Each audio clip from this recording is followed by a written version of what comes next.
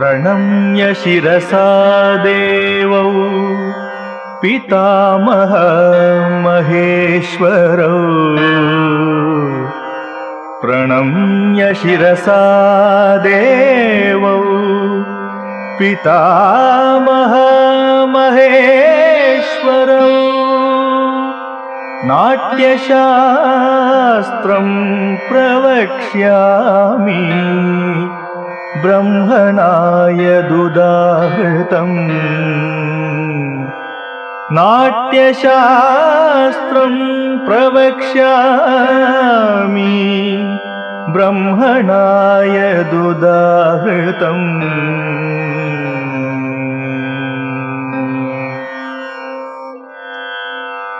I bow in obeisance to Lord Brahma, Shiva and other gods. I shall explain to you the details of Natyashastra composed by Brahma. So says Bharata to the group which consists of sage Atreya, his disciples, sons and several others. This is how the text opens.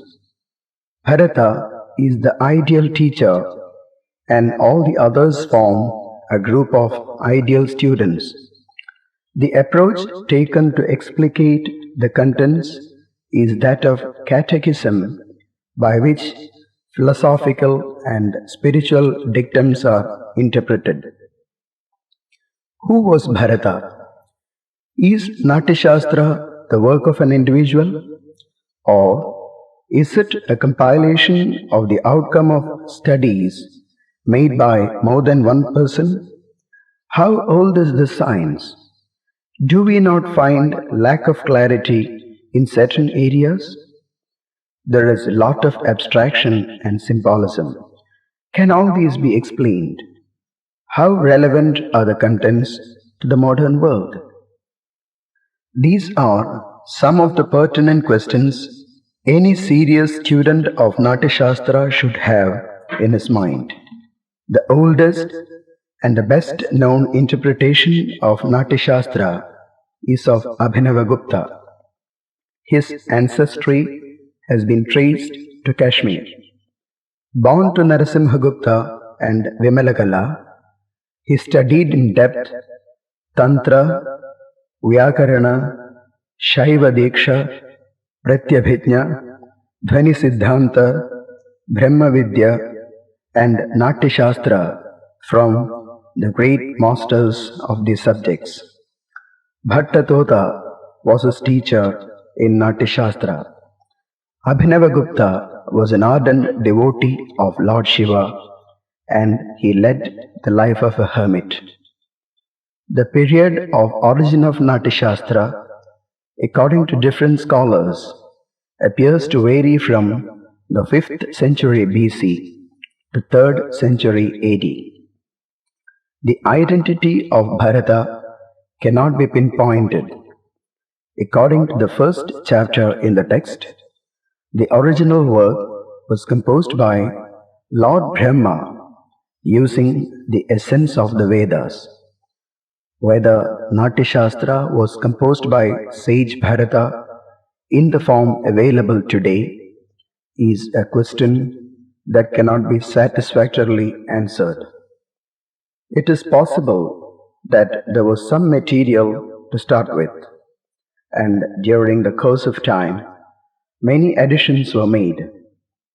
There are scholars who feel that it is impossible for one person to have had such a vast knowledge to account for the amazing dimensions of the subjects in the text.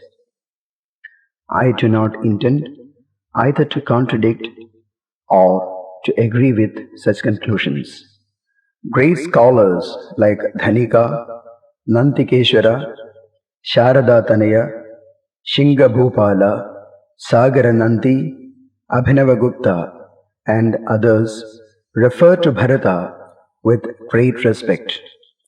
Kalidasa, in his play Vikramorvashiyam, mentions that Bharata was an expert at production of plays and he was invited by the gods to compose and direct a play. Of course, one can totally reject this as the term God itself is difficult to be understood and explained. Why rake our brains trying to trace the identity of the author and antiquity of the work? Why not just study the contents of the text and apply them to the best of our ability? True, many concepts in the text are difficult to be understood. The style of writing the verses, the meters used, etc., are in a mixed style. Certain parts of the text indicate the age of Natyashastra to be pre-epic, while some other parts indicate a post-epic age. The difference in style in the same work confuses one who tries to interpret certain areas of the text. The text has also contradictions. There is a detailed description of how to use the Natya techniques to show death on the stage. The same text at another point instructs not to enact death on the stage. There are more such examples. We may quote from epics to show that contradictory statements and concepts were introduced and the authors explained the purpose in terms of statements made by the characters themselves. Lord Sri Rama gave up the throne once and later sent his pregnant wife away to uphold righteousness and keep his people happy. He was a Kshatriya who knew the rules and regulations of a face-to-face fight and also a battle. He killed Bali in a manner which degrades him to the standard of an inferior being. But the spiritualists and philosophers justify Rama.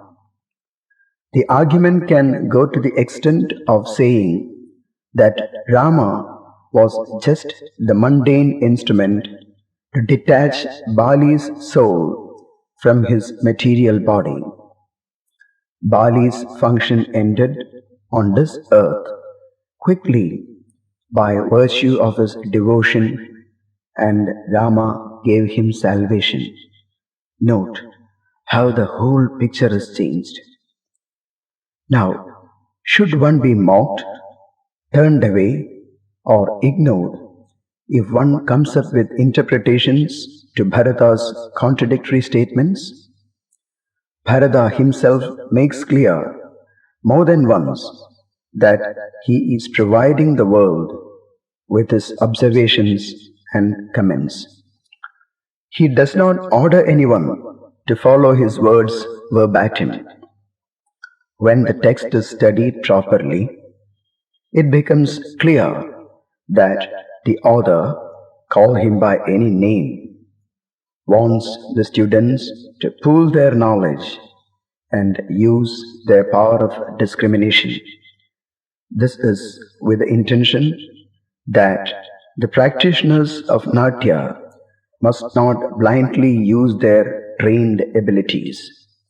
They must realize that they work in order to activate the society to move towards positive goals. It is to be remembered that no known science is completely comprehensible to all at any time. At a higher level of study, the processes of cognition and comprehension are conspicuously affected by the learner's total personality. This is significant when analysis and interpretation are done. We must bear in mind that this is the background we have and that we are trying to study and interpret a science with our intellectual capabilities, which are highly limited and variable. But a mastermind like Bharata had foreseen a lot. In this session, I intend to place before you just a few of the outstanding characteristics of Natyashastra. Call it a legend, a myth, a story, or by any other term. The first chapter deals with the origin of the scientific material. Bharata tells his students how Natyashastra came into existence. Krita Yuga or Satyuga was an age during which there was no Natya at all. Why? In the giant wheel of time, Krita Yuga was known for righteousness and happiness which prevailed all over the world. This was due to the knowledge and the consequent practice of their principles, whereas in the next period, Treta Yuga, dwellers of the world lost their ability to understand and practice the Vedic dicta. They were unable to perceive anything beyond the limits of the five sense organs. Indra, the Lord of Heaven, along with certain others, approached Brahma, the Creator, and expressed his concern. He requests,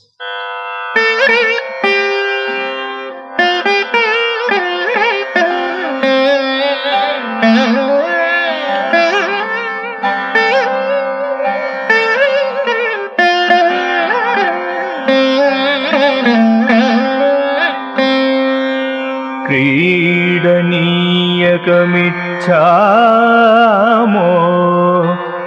दृश्यं श्रव्यं च यद्भवेत्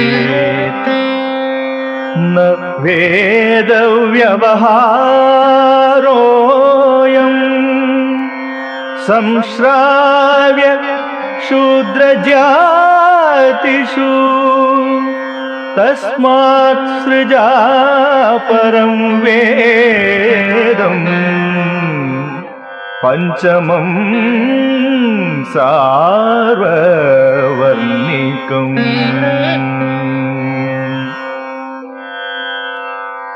we yearn for an audiovisual entertainment by which the Vedas could be understood. Those in lower strata of the society are not allowed to listen to the existing four Vedas. Therefore, the audiovisual Veda which we request you to create shall be the fifth one, accessible to all, irrespective of their caste. Is this not the situation which humanity experiences even today? We are tuned to accept the information which is audible and visible. The sincere ones, full of optimism, get in touch with proper agencies and endeavors to design far-reaching methods. The work entrusted to the authentic agency was not an easy one.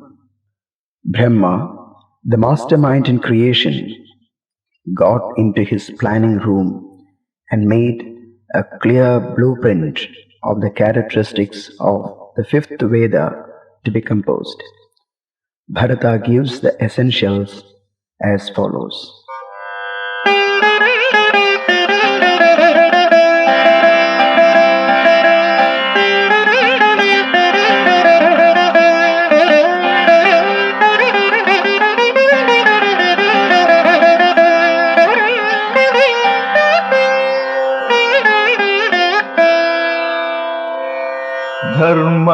समर्थं यशस्यं च सोपदेशं ससङ्ग्रहम् भविष्यदश्च लोकस्य सर्वकर्मानुदर्शकम् सर्वशास्त्रार्थसम्पन्नम् सर्वशिल्पप्रवर्तकम् नाट्याख्यं पञ्चमं वेदम् सेतिहासं करोम्यहम्.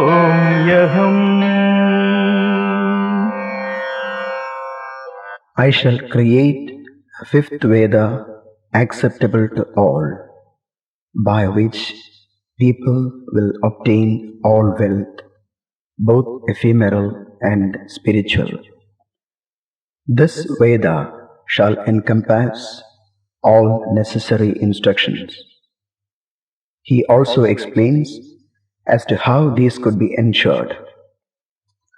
Natya Veda will be an integrated product of the selected areas of the 6 sciences, including sculpture, music, dancing, drawing, painting, astrology, psychology, philosophy, and so on. All these will be made clear by virtue of the Veda's audiovisual nature.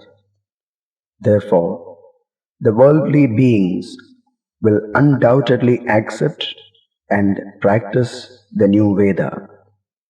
They will, in turn, achieve the ability to visualize the continuity of everyday deeds, even into the future world. The Creator thus brought to the focus of His creativity the 4 Vedas, namely Rigveda, Samaveda, Yajurveda, and Atharvaveda.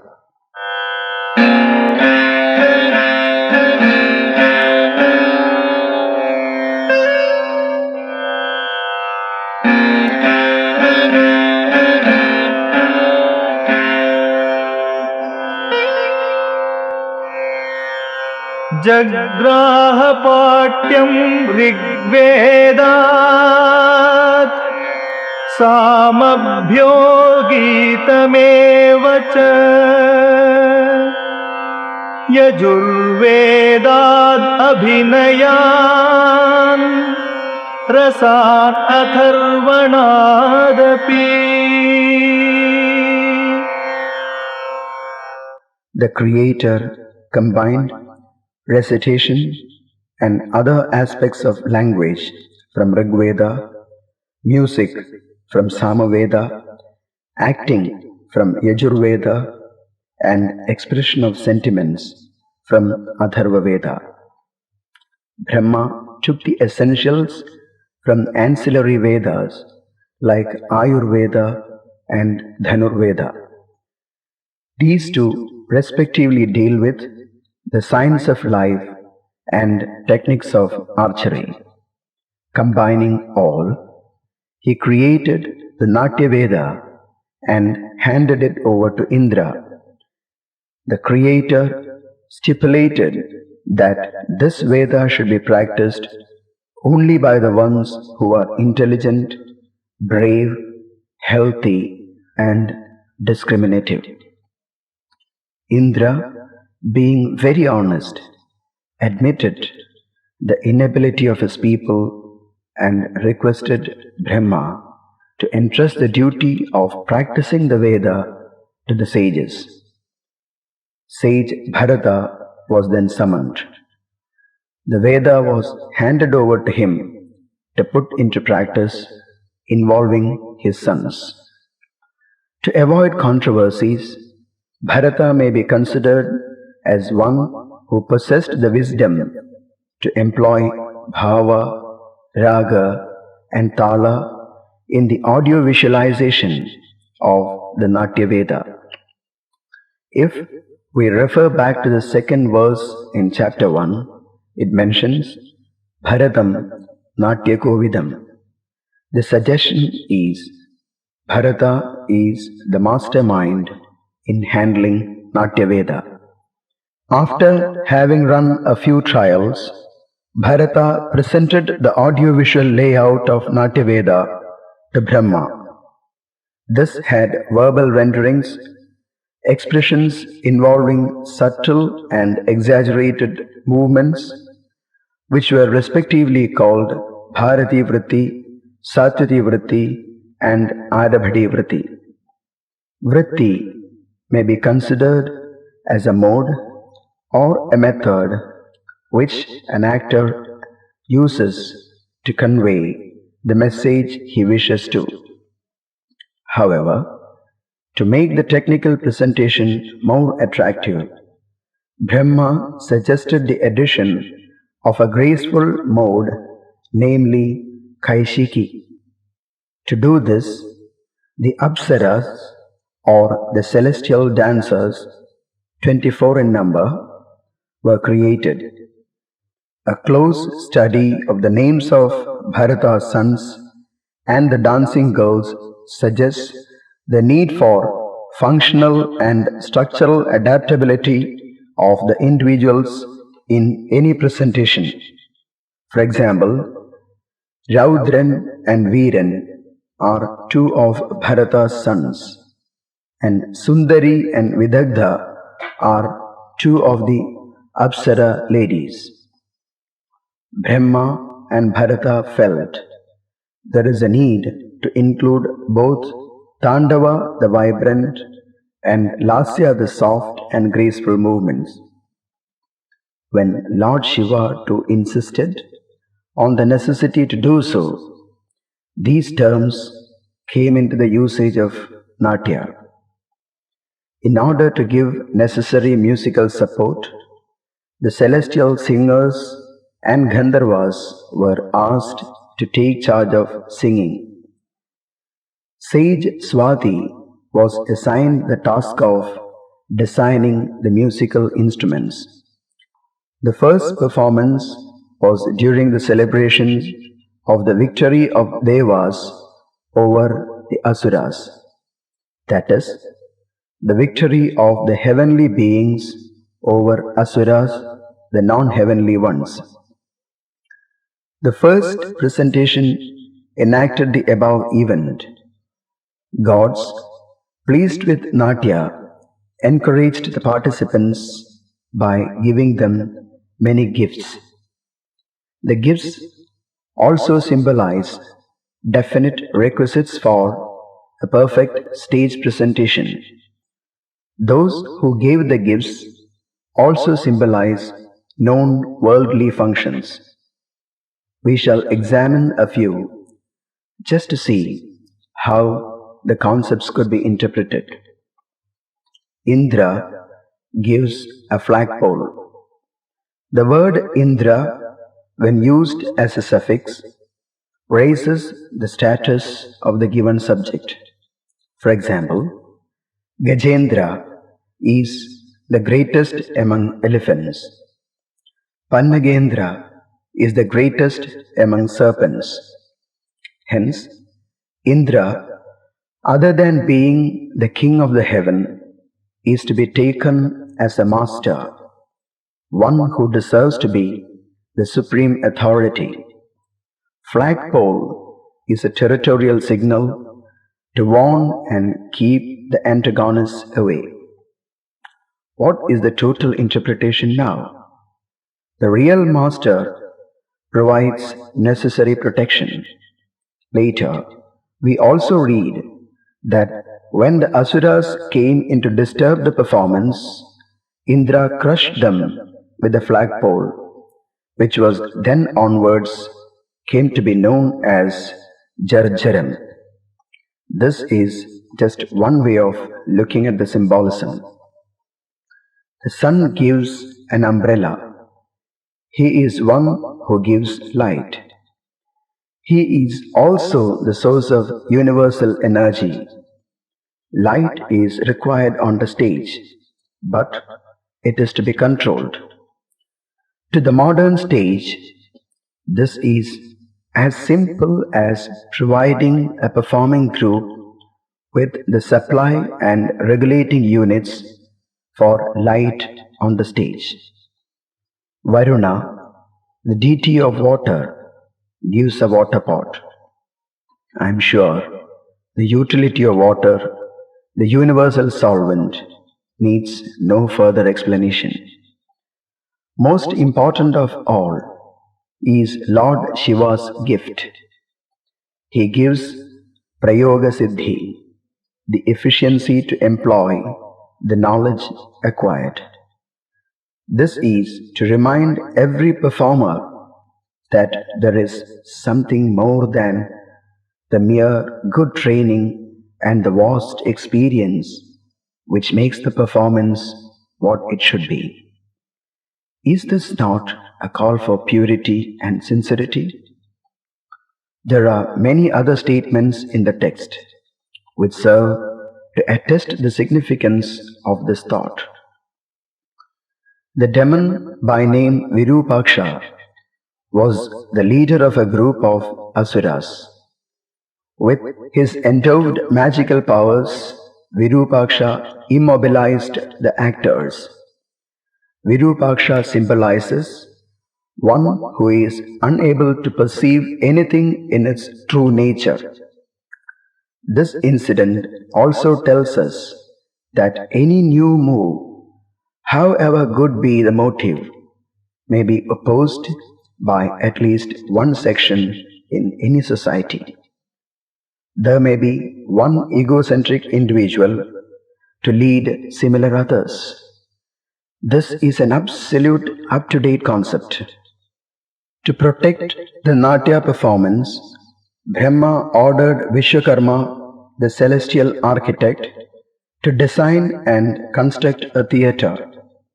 The second chapter deals with their design and construction. Deities to represent all the good and the evil powers, and also the four basic human classes, namely Brahmana, Kshatriya, Vaishya, and Shudra, are installed in some part of the theatre. The description being very elaborate, it is impossible to give a clear summary without losing some of the total interrelated meanings. To realize the concept of a theatre, a study of this chapter is imperative. When the asuras began to disturb the Natya again, Brahma removed from their minds the misunderstanding that the Natya Veda was composed to make fun of the asuras and boost the morale of the devas. Here are some of the verses by which the asuras were pacified.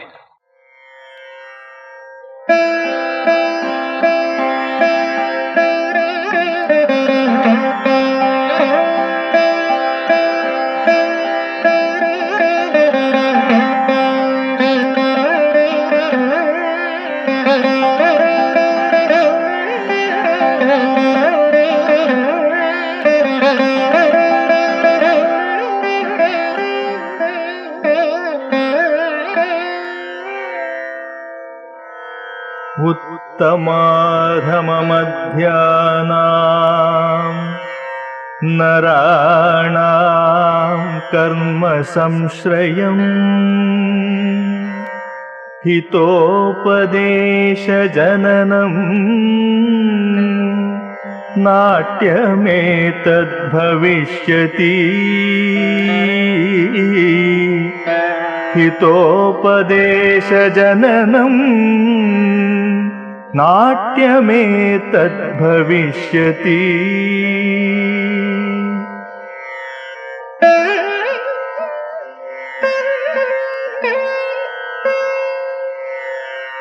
सर्वार्थे सर्वदा चैव सर्वकर्मक्रियास्वथा सर्वार्थे सर्वदा चैव सर्वकर्मक्रियास्वथा सर्वोपदेशजननं नाट्यं लोके भविष्यति सर्वोपदेशजननं नाट्यं लोके भविष्यति।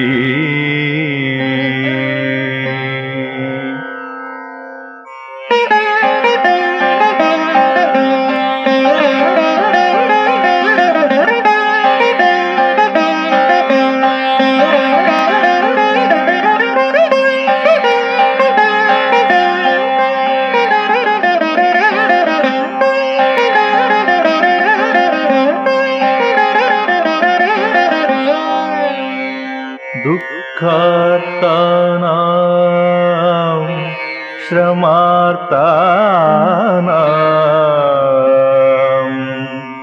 शोकार्तानां तपस्विनां दुःखार्तानां श्रमार्तानां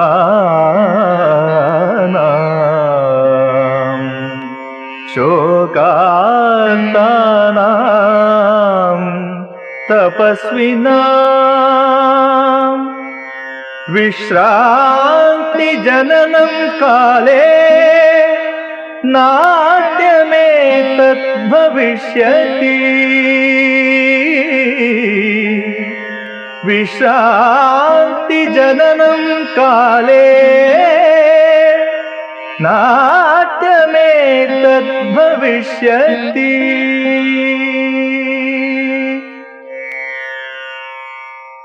There are the high, the middle, and the low strata of people in any society.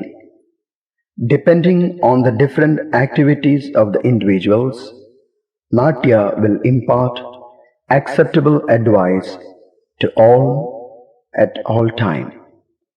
Any instruction on any activity at any time to anyone is available in the Natyashastra. To those who are unhappy due to diseases, tired by physical labor, shattered by the death of near and dear ones, and also the ones exhausted by penance and such austerities, Natya will bring peace and tranquility. This is a message which is common to all at any time. This is also a message not only to the asuras of the ancient times alone. It speaks of the universality of the science. It is left to the teacher and to a good extent to the learner to decide how a statement is to be interpreted in a manner acceptable to a given group at a given time. I would like to invite your attention to two of the very important statements in chapter 9. This chapter exclusively deals with hastabhinaya, that is, acting with the gestures using hands. Listen to Bharata.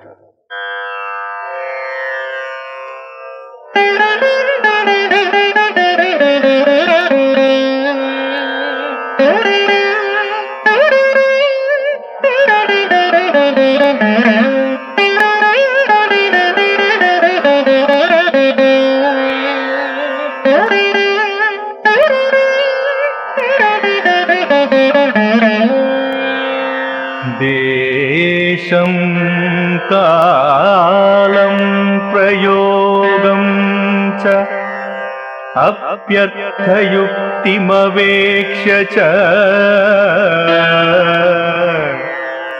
देशं कालं प्रयोगं च अप्यर्थयुक्तिमवेक्ष्य च हस्ताह्येते प्रयोक्तव्य नृणां स्त्रीणां विशेषतः हस्ताह्येते प्रयोक्तव्य नृणां स्त्रीणां विशेषतः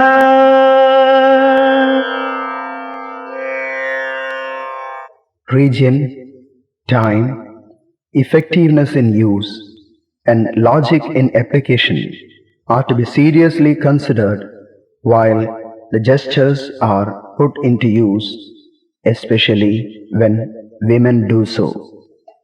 This speaks of Bharata's marvelous wisdom and broad-minded approach, and also in saying Strinam Visheshataha, the great master puts the students of it with the concept called womanhood, at least with respect to Indian culture.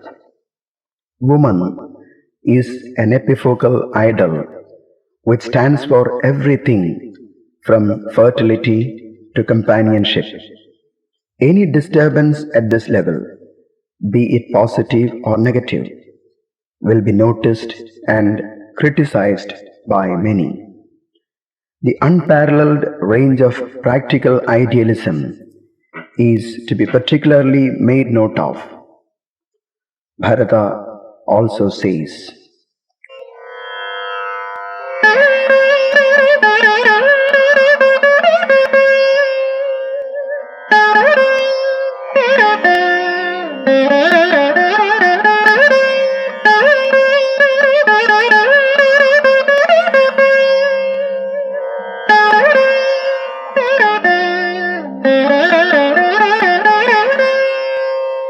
अथवा यादृशं प्राप्य प्रयोगं कालमेव वा अथवा यादृशं प्राप्य प्रयोगं कालमेव वा विपरीताश्रया हस्ताः प्रयोक्तव्या बुधैर्नरैः विपरीताश्रया हस्ताः प्रयोक्तव्या बुधैर्नरैः.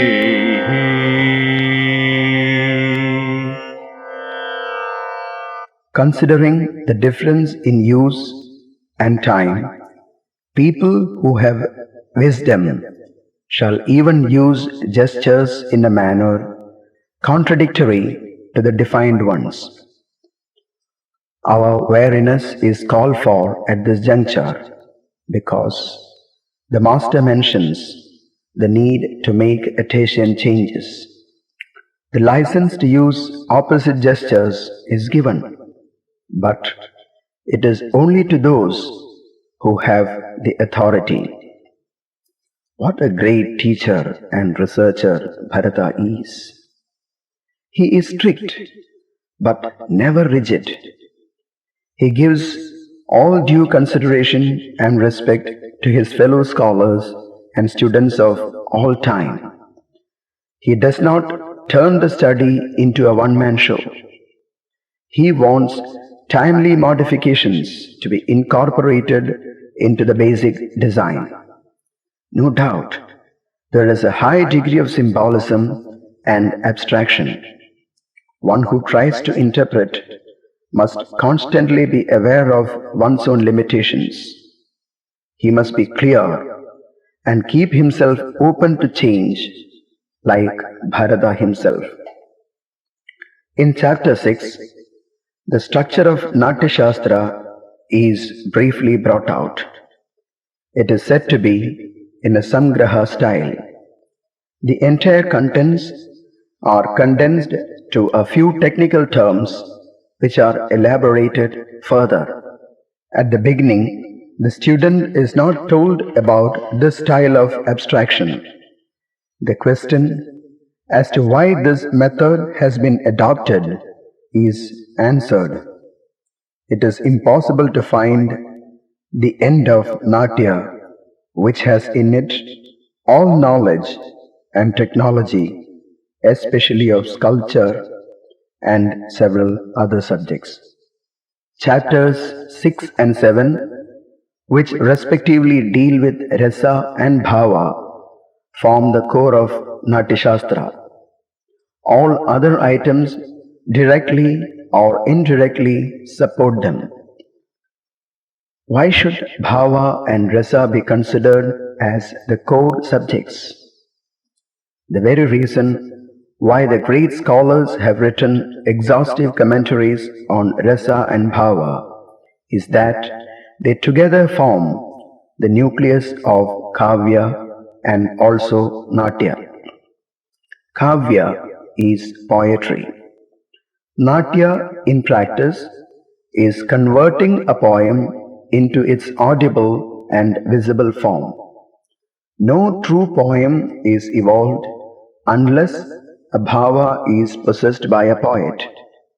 A poet sees or hears about an incident. He perceives the bhava, that is, the totality of the incident. He reacts to it. His reaction is dependent on what he has experienced. Anandavardhanacharya, in his work called Dhvanyalokam, says, Kavyasatma sa evartha kadhat adikave pura kraunja dvanda viyogata shoka slokatvamagata. It is from the Shokarasa perceived and experienced by the great poet Valmiki, the Ramayana evolved. The reason for the Shokarasa was nothing but the agony of the Krauncha bird whose companion was killed by a hunter. Think of Valmiki's mental state. He was able to comprehend the feeling of a bird. A true poet's mind is sensitive to every movement in the world around him. His reaction gives shape to a poem. This is not an isolated hypothesis. Think of any work in art. We sing, we dance, we paint, write a poem, and so on. When do we do all these? Normally, we do all these when we are in a mood. This common word mood is nothing but the condition of experiencing feelings like joy, happiness, anger, pathos, wonder, disgust, etc. When these experiences interact with the personality, the person shows his or her reactions. The reaction may be anything from a detectable smile to writing a great poem. Once a clear study of Natyashastra is made, any student can arrive at a logical conclusion that one word for all these audible and visible reactions together is Natya. Bharata has included not just the techniques of dancing or presenting a drama. His idea of Natya is not limited to the word acting as it is used by a common man.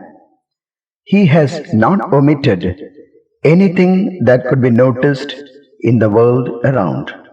Being an honest teacher and a sincere researcher, Bharata tells his disciples to be fully awake and learn more from their own experience. Natyashastra has its basic philosophy built on the objective, which is to convey the Vedic truths to the entire humanity through audiovisual methods. The procedures are nothing but what we already have in this world.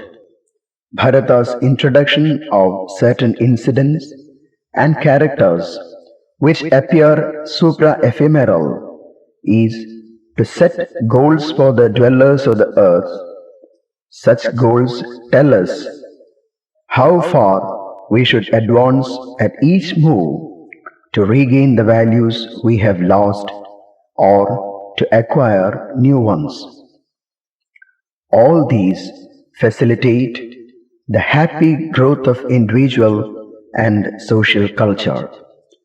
Introduction of infrahuman characters, evil powers, and unpleasant incidents tells us of the depths into which we can fall.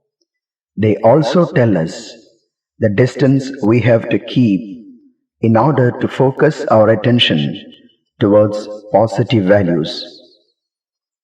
When we study the text, it is likely that we might feel Bharata is asking us to become super specialists in architecture, philosophy, psychology, music, poetry, dancing, painting, martial arts, and so on. Often, one who lacks patience and tenacity is likely to say, "Oh, why all these? I just want to become a good actor or a dancer." If you are one likely to feel in this manner, you have to consider that Bharata was not an agency which designed or a person who composed something that cannot be put into practice. Bharata, irrespective of who he was or what it was, keeps all subjects open to all. He does not expect, or more precisely, does not want anyone to become a specialist in any one area of Natya. He recommends uniform growth of awareness in all compartments. The subjects have been discussed under different titles. This is only to make the teaching and learning processes easy and precise. The subjects are undoubtedly interrelated. Any serious student is free to go into the depths of each chapter and find the interlinks. A study of chapter 27 will expose these facts clearly.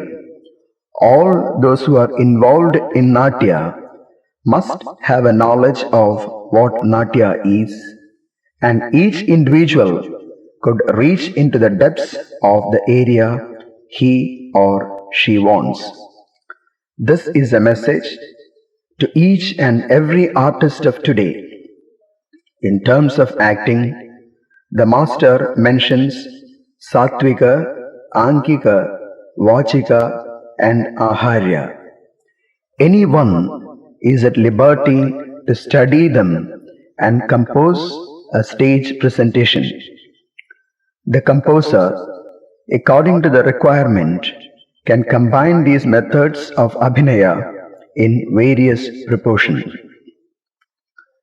Study the art forms available today.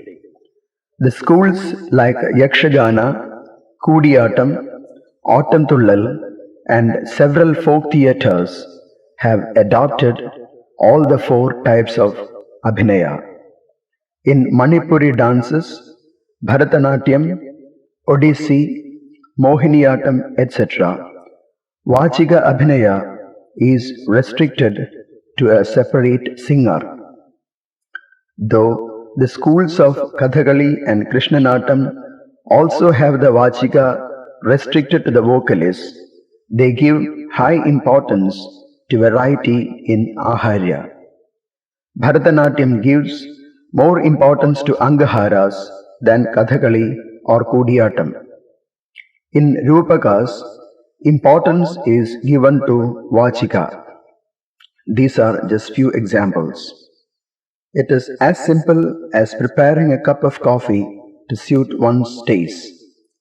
We have coffee powder, sugar, milk, and hot water. If one wants black coffee, one need not add milk.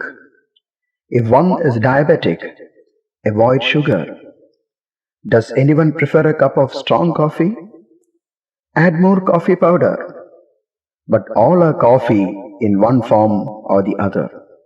Similarly, a composer of Natya must know the requirements and incorporate Ankika, Sattvika, Vachika, or Aharya methods of Abhinaya accordingly. The message to be conveyed, the nature of the audience, the time, all these determine the requirements. One school of Natya need not look down upon another. There is provision for variety in Natya to cater to the variety among people. That is all. Another area which captures our attention is chapter 24. While Bharata explains the practical application of techniques of eroticism, a strong warning is given to refrain from the use of certain techniques. He also mentions that Natya is to be seen also by a group of people interrelated among themselves. Though he goes into details and subtleties of acting techniques to express an idea in its fullest sense, Bharata does not forget the do's and don'ts of social life. In chapter 27, he details the qualities of the critics, audience, and judges of Natya. One is sure to realize that one has to be knowledgeable, coupled with the attitude of humility, even to be one among the audience and to enjoy Natya. In the next three sessions, we shall look into a cross-section of the text and detail certain areas in relation to the modern stage shows. Before we conclude this session, let us listen to the important statements made by Bharata in the last chapter of the text. These words are addressed not only to the dancers and dramatists, but also to the common man. This aspect represents the universal validity of the text. Listen.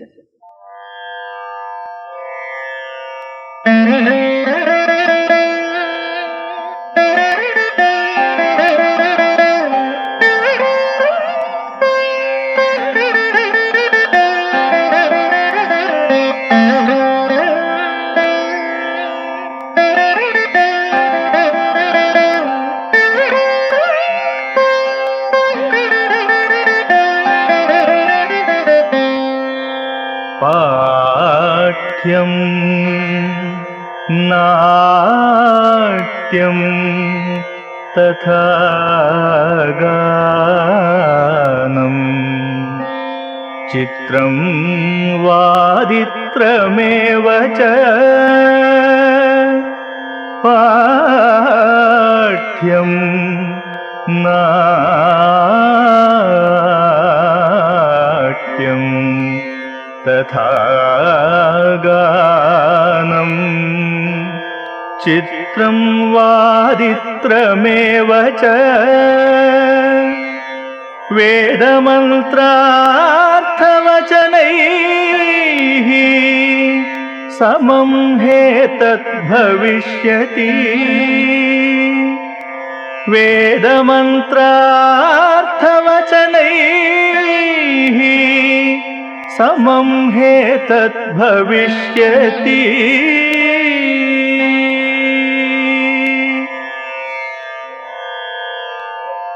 Verbal practice, acting, singing, playing different musical instruments, and such other practices are equal to the chanting of Vedas.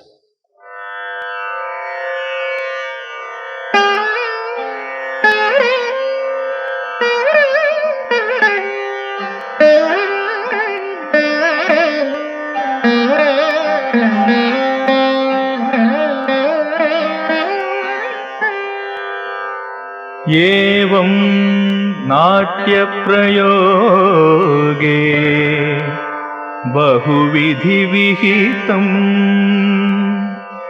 कर्मशास्त्रं प्रणीतम्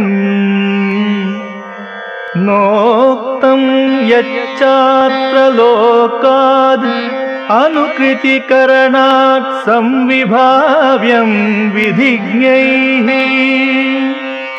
नोक्तं यच्चात्र लोकाद् अनुकृतिकरणात्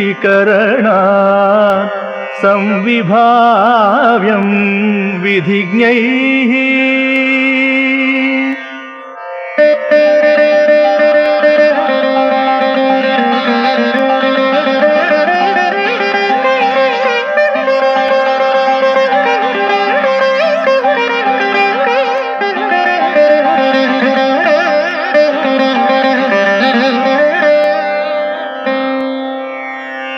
किञ्चान्यत् सस्य पूर्णा भवतु Vasumati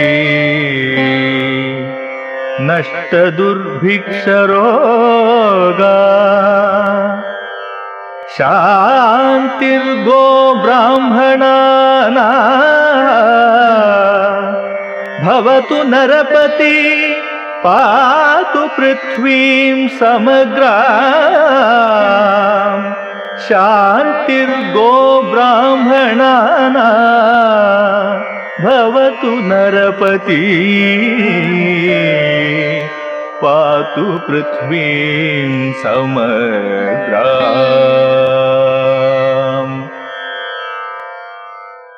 In this way, through several well-defined methods, the science of acting has been composed to be used in Natya. Those which are not mentioned in it shall be brought into practice by expert exponents. They may do so only after studying the patterns of the required deeds from the world around them. Practice of this science will cover the earth with vegetation. Poverty and disease will vanish. Animals and real scholars will enjoy the serene air of the earth, ruled by a true king. Thus, to a student in search of truth, Natyashastra is as important as Bhagavad Gita, Mahabhagavata, Bible, Quran, or texts dealing with any material sciences.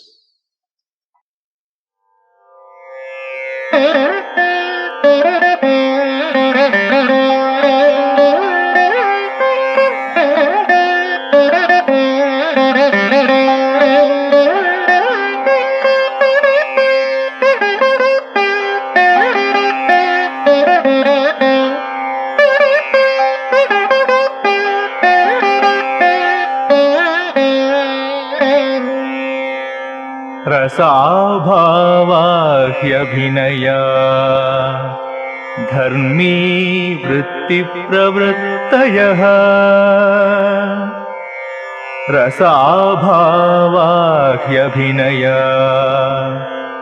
धर्मी वृत्तिप्रवृत्तयः सिद्धिस्वरास्तथा तोध्यम् गानं प्रकृतिरेव च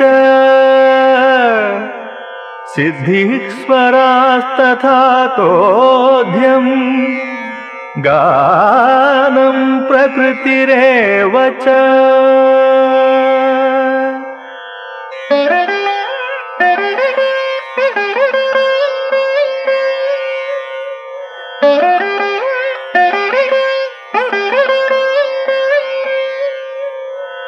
उपचारस्तथा विप्रा मण्टपाश्चेति सर्वशः उपचारस्तथा विप्रा मण्टपाश्चेति सर्वशः त्रयोदशविधो ह्येष ह्यादिष्टो नाट्यसङ्ग्रहः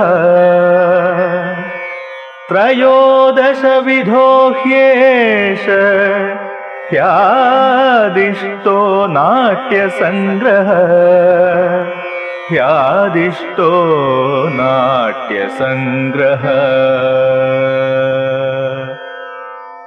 In these verses taken from chapter 6 of the Natyashastra, Bharata presents the 13 technical terms which, in a coded form, tell what Natyashastra contains.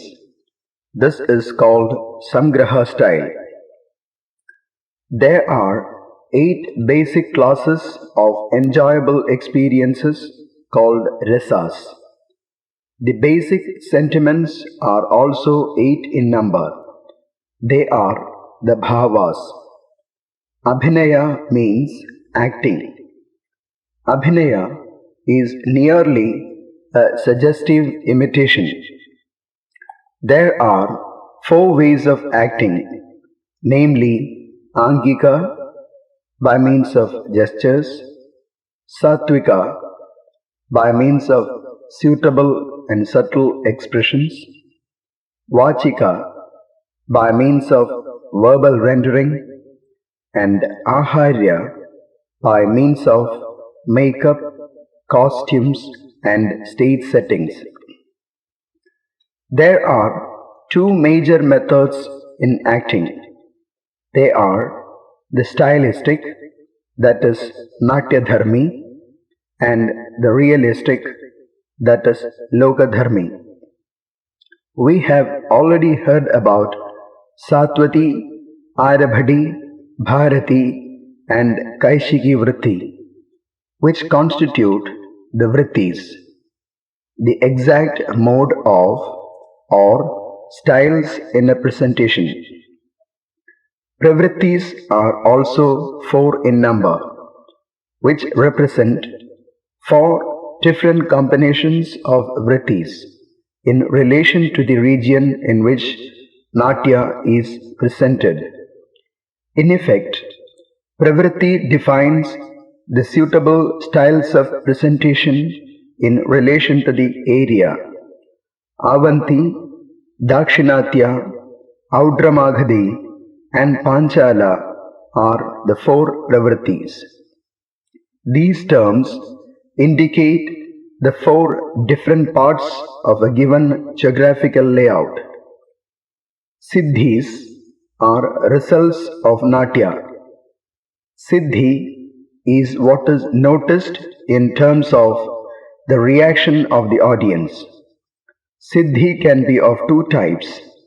They are Daiviki, the divine, and Manushi, the human. Swaras, referring to sounds, are Shariri, meaning from the body, and Vainavi, meaning from the instruments. Instruments used in music are coded by the term Atodhya.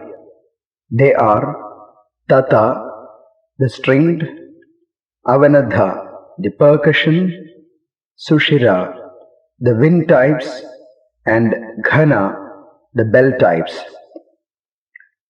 Gana, that is singing, is classified into 5.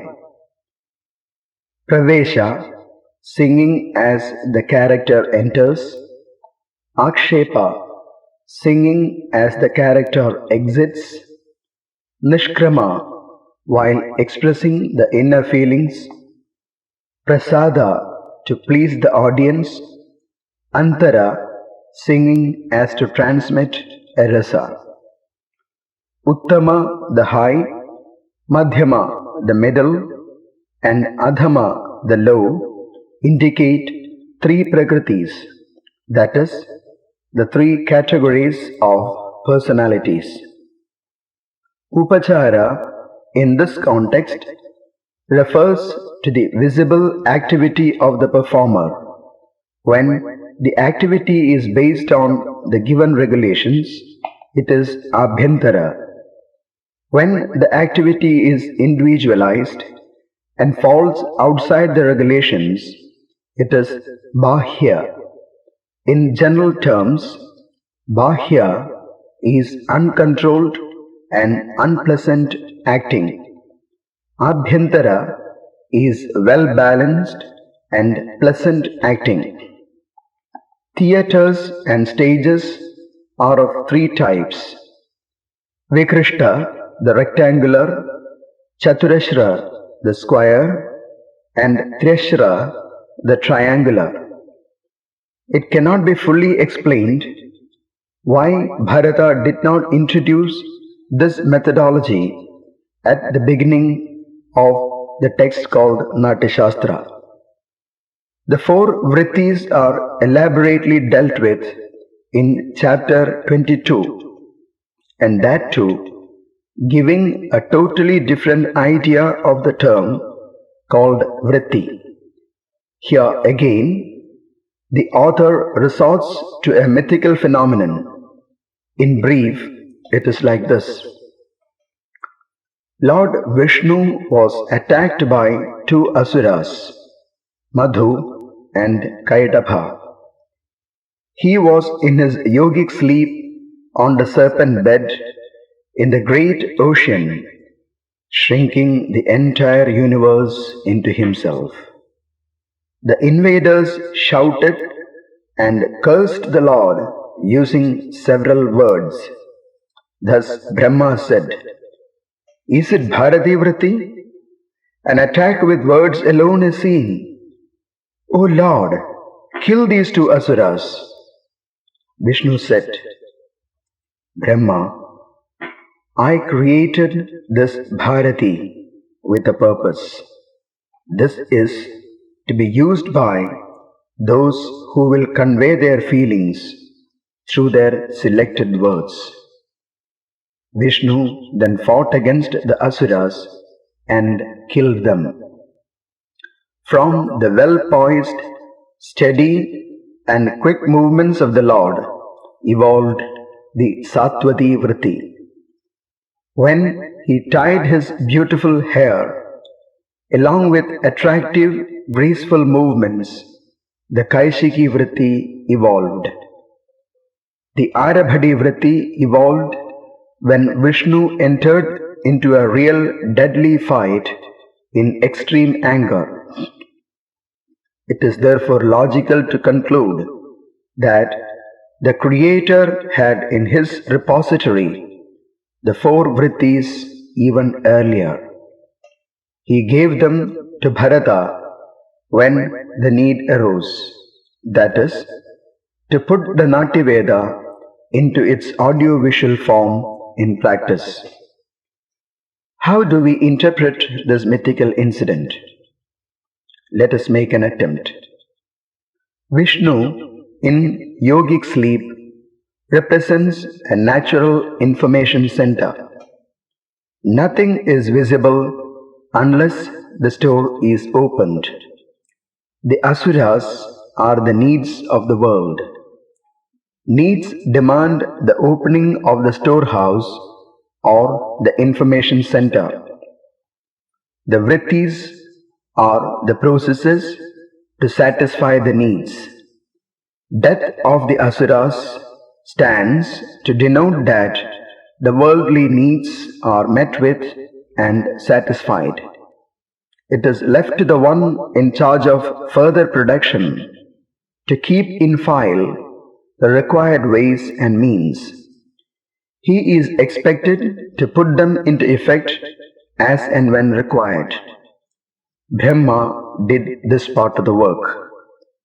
The technical know-how is to be given to a suitable person to work out its real application according to time and space. Bharata took up the responsibility to do this work. These are up-to-date concepts. Chapter 2 gives all details pertaining to the construction of theatres. How exactly the foundation stone is to be laid, measurements to be made, pillars to be erected, etc. are precisely described. who are the ones to be kept away during the time of construction? What will be the results if the measuring string snaps at different lengths? Bharata has answers to all these questions. The austerities and rituals in connection with the construction procedures are meticulously described. Divyam manasi srishtir griheshu pavaneshu cha narana yatnadah karya lakshana bihita kriya. The divine ones create buildings and gardens with their mind, but for men, these are to be constructed according to certain specifications. The heavenly ones need not know the exact procedures of construction. Once they understand the specifications, accordingly they start contemplating, and all which are required will be created in no time. Only human beings need to know how to construct, the materials to be used, etc. One need not take these statements literally. Most of the classical dances or dramas are presented without much of stage settings to represent the places where the incidents take place. Of course, in present-day theatres, we see suggestive stage symbols, a sort of semi-realistic or absolutely realistic stage settings.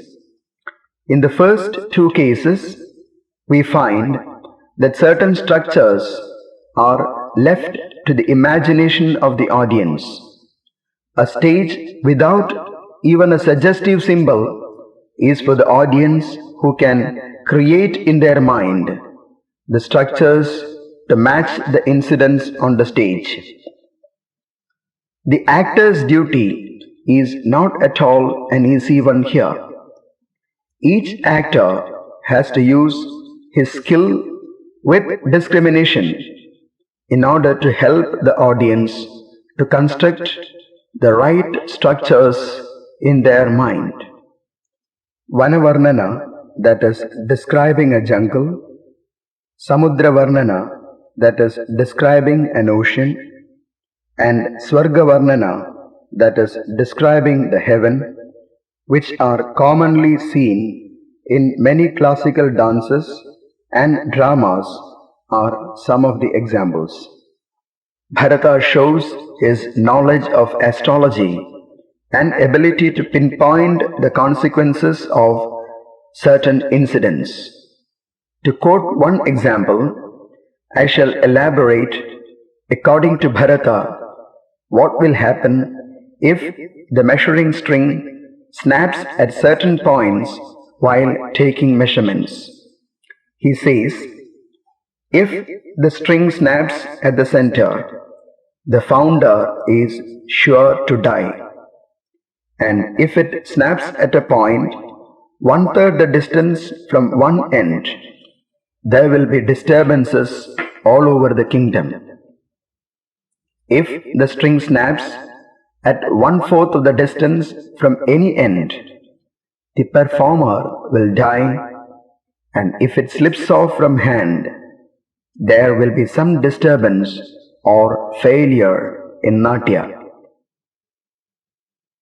Bharata also describes the austerities which the people related to construction of the theatre are expected to follow. He also mentions the importance of considering the planetary positions to lay the foundation stone, erect the pillars, etc. Inferior ones, people who live in hermitage, and those who wear the saffron clothes are to be kept away while the foundation stone is being laid. Bharata himself being a sage, the question why these people are kept away cannot be answered easily. He does not stick to the isolation of certain classes of people. In fact, in his later statements, we find a uniform call for social harmony. This is very clear if a close study of chapter 3 is made. Ranga Puja, that is, offerings to different deities, is the content of this chapter. At one point, Bharata says, Swaramamsa pradhanena danavan pradipujyayed sheshan devaganam statnya sapupotkari gaudanai. This means, Asuras are to be pleased by offering intoxicating drinks and meat. Then, the Devas are to be pleased with preparations made out of rice, cereals, etc. Even the weapons of gods and inferior animals like fish are pleased by offering specific materials and chanting specific mantras. It is difficult for a modern interpreter to conceive all that is mentioned in a Sangraha style. This is essentially true because of the time gap accompanied by change in concepts. The question is, should we totally ignore or accept all what is given in such areas of the drama, literature, and music? In my opinion, we should patiently keep on trying to find out logical interpretations. This will at least lead us to other compartments of knowledge.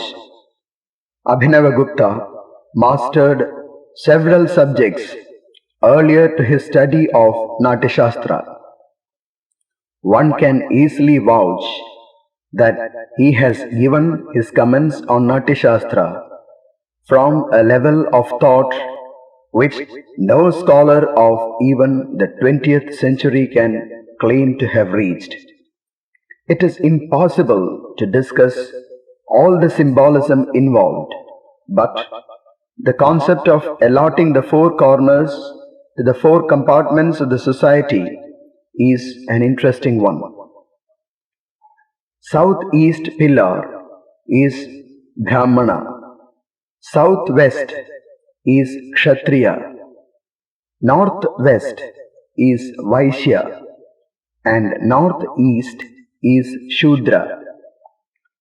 In the rituals, the cloth, food, flowers, etc. offered to the pillars are Brahmin, white, Kshatriya, red, Vaishya, yellow, and Shudra, blue or black. This concept is mentioned in the Vishnu Purana. Apt contribution from and due respect to the four classes in society in the construction of a theatre are clearly indicated. There are more such areas open to interpretation.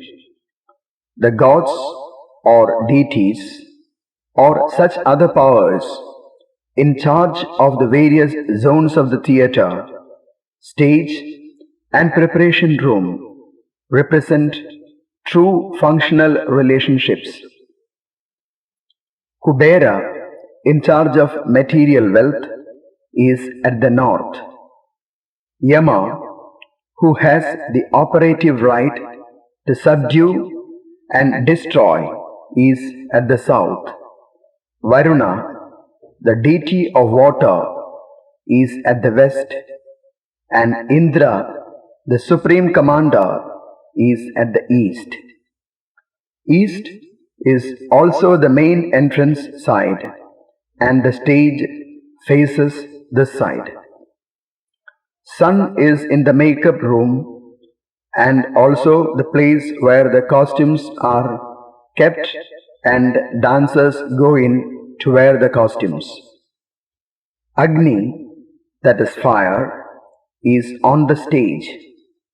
The stage manager has to be a cool-headed person. Hence, moon is posted to manage the stage. Vayu, the deity of air, is allowed to move all around to maintain a perfect air-conditioned atmosphere in the theatre. Bharata gives notes on the dimensions of each part and three sizes and shapes of the theatre and stage.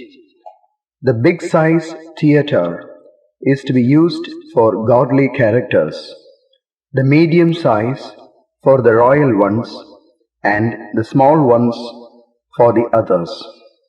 The side stage platforms, called Mathavarinis, are to be constructed at the left and right of the main stage. Bharata, the audiovisual expert, specified the distance at which the audience is to be seated. If the average seating position is too near to or too far away from the stage, clarity of presentation will be poor to the audience. The third chapter entirely deals with rituals. All powers are to be invoked and pleased. Natya is equivalent to a yajna. If the good and evil powers are pleased, the Natya yajna will be successfully completed and appropriate results will be attained. Every effort must be put in to perform the specified rituals. Bharata says,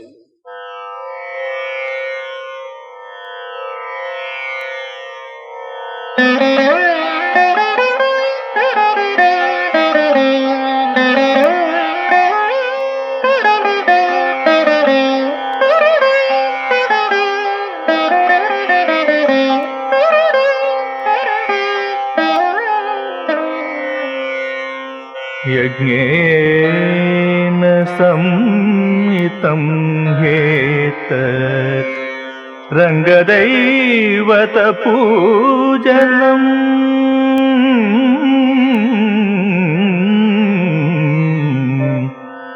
यज्ञेन संहितं ह्येतत् रङ्गदैवतपूजनम् अपूजयित्वा रङ्गं तु नैव प्रेक्षां प्रयोजयेत् अपूजयित्वा रङ्गं तु नैव प्रेक्षां प्रयोजयेत्. Purvaranga, described in chapter 5, has details which are also ritualistic. Purvaranga, in short, includes the procedures before the actual drama or natya begins. 19 items and their subdivisions have been well explained. Of the 19, 9 are to be performed before and 10 after the curtain is removed. The Sutradharaka and other dancers enter from specific positions along with special songs set to specific meters. By name, all the gods, goddesses, and other powers are invoked. These procedures by themselves are incapable of providing the necessary audiovisual entertainment. This is the pure form of presentation, therefore identified as Shuddha Purvaranga. Chapter 5 gives a list of 19 items which are ritual bound. As it was time consuming and not attractive to a general audience, Lord Maheshwara recommended the addition of Angaharas. The items of Purvaranga are now conversed into a very short session. It is merged with Ranga Puja. What we have to note is that Bharata ascribed an element of divinity to anything connected with Natya. The first set of 9 items in the Purvaranga begins with Pratyahara. This deals with how the musicians are to be seated, the tuning of the instruments, and adjusting of the pitch of the vocalist, etc., are all treated as individual items and are given specific terms. The final one is deciding of the scale of rhythm.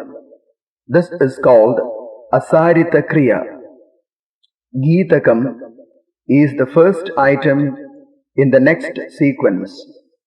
This part is composed of songs in praise of the deities. Prarojana is the last item in Purvaranga, and this, in practice, is a description of the highlights of the intended presentation and its expected results. If you go through this chapter, you will notice that each item in its own way is also meant to please a godly being. There are combinations of rituals to please both the good and the evil powers. Analyze now. Natya is meant for the world which has all types of beings in it. Therefore, Natya must have ingredients to please all. Bharata mentions at one instant how to bow in obeisance to the trinities. It is interesting. Here, lifting the right leg is called Purushapada. This is for Lord Maheshwara. Lifting the left one is for Lord Vishnu, and it is called Stripada. For Brahma, the right leg is lifted up to the level of the navel. This is Napumsagapada. Now let us interpret. The actor salutes male, female, and neutral powers. This concept probably comes from the school of Tantra. Right side is masculine, left side is feminine. This is also in line with the concept of Ardhanarishwara, symbolized by Lord Maheshwara himself. The third position is a neutral one allotted to Brahma, the creator. Here, to the modern scientist, these procedures are recognition and utilization of matter and energy, represented by the terms Purusha and Stri, and synthesis of anything that is desired. In the synthesis, the third one is an expert creator, and this agency possesses both matter and energy, that is, masculine and feminine components. It could be considered as a neutral one. This is one interpretation. In my opinion, like any text on religion or material sciences, Natyashastra wants you to contemplate, process the data in your mind, and arrive at your own interpretations. Bharata makes this point clear at several instances. But one has to remember that the interpretation depends on the individual's inherited and acquired faculties. Wearing the sun and the moon on right and left of the central line of the head in many of the classical dances could be thought of as a recent procedure to represent the above concept, that is, considering the right side of the human body as masculine and the left side as feminine. Though all these may sound highly ritualistic, they can be explained as studied methods to ensure the realization of every actor of the greatness of Natyaveda, and also that purity and confidence are the prerequisites for the practice of this audiovisual Veda. Hasta Abhinaya, gestures shown with hands, also justifies the origin of Natyaveda from the original four Vedas. The gestures are modified ones from Tantra. Bharata instructs the actor to perform within the framework of stylistic method, that is, Natyadharmi. Natyadharmi is said to be Arthanusari, meaning that which is acquired by training according to specific regulations to express the required meanings. Lokadharmi, the realistic approach, is said to be Sahajam, meaning that which is already in the individual. Lokadharmi is subject to regional variations more than Natyadharmi. However, an actor is instructed to use Lokadharmi with caution and only when Natyadharmi is found incomprehensible to those for whom a Natya is intended. Obviously, an actor must have a clear knowledge of the audience power of cognition. Chapter 4 describes the 108 Karanas and their combinations. Logically, Purvaranga should have been chapter 4 and Tandava Lakshana should have been chapter 5. This is clear from the fact that having seen Bharata's choreography, Lord Shiva tells him to add the Angaharas to make the pure ritual bound Purvaranga an attractive one. This is how Lord Shiva puts it.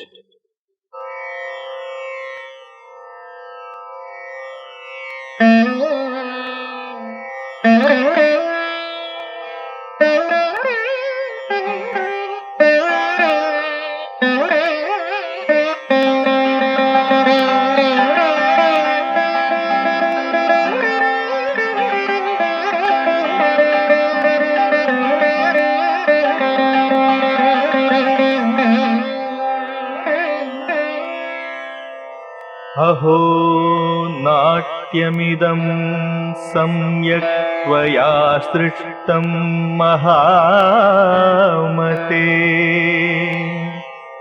अहो नाट्यमिदं सम्यक् त्वया सृष्टं महामते। यशस्यं च शुभार्थं च पुण्यं बुद्धिविवर्धनम्। यशस्यं च शुभार्थं च पुण्यं बुद्धिविवर्धनम्। मयापीदं स्मृतं नृत्तं सन्ध्याकालेषु नृत्यता। मयापीदं स्मृतं नृत्तं सन्ध्याकालेषु नृत्यता। नानाकरणसंयुक्तैः अङ्गहारैर्विभूषितम् नानाकरण संयुक्तैरङ्गहारैर्विभूषितम्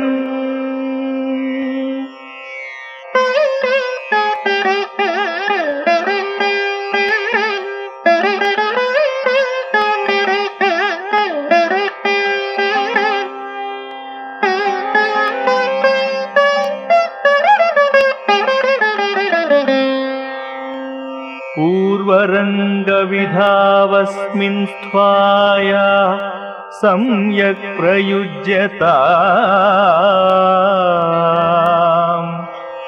पूर्वरङ्गविधावस्मिन् स्त्वाया सम्यक् प्रयुज्यताम् महागीतेषु चैवार्थान् सम्यग्येवाभिनेष्यसि महागीतेषु चैवार्थान् सम्यग्येवाभिनेष्यसि यश्चायां पूर्वरङ्गस्तु त्वया शुद्धः प्रयोजितः येभिर्विमिश्रितश्चायां चित्रो नाम भविष्यति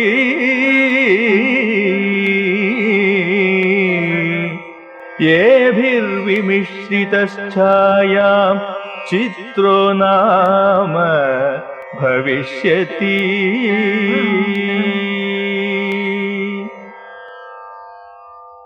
Wonderful, O the great mind! The Natya you have composed is excellent. This Natya is auspicious and will bring fame. It is divine and will improve the intellectual capabilities. I have this Nritta in my mind while I dance during the dusk hours. It has different Angaharas comprising many Karanas. You may adroitly employ these in the Purvaringa. You will thus enable your actors to enact and pass on to the audience the total meanings contained in the great poems. Shiva's disciple Tandu taught Bharata's team the Angahara units. Hence, the dance style came to be known as Tandava. The 108 Karanas and the 32 Angaharas are defined and described. It is purposeless listing them unless they are demonstrated.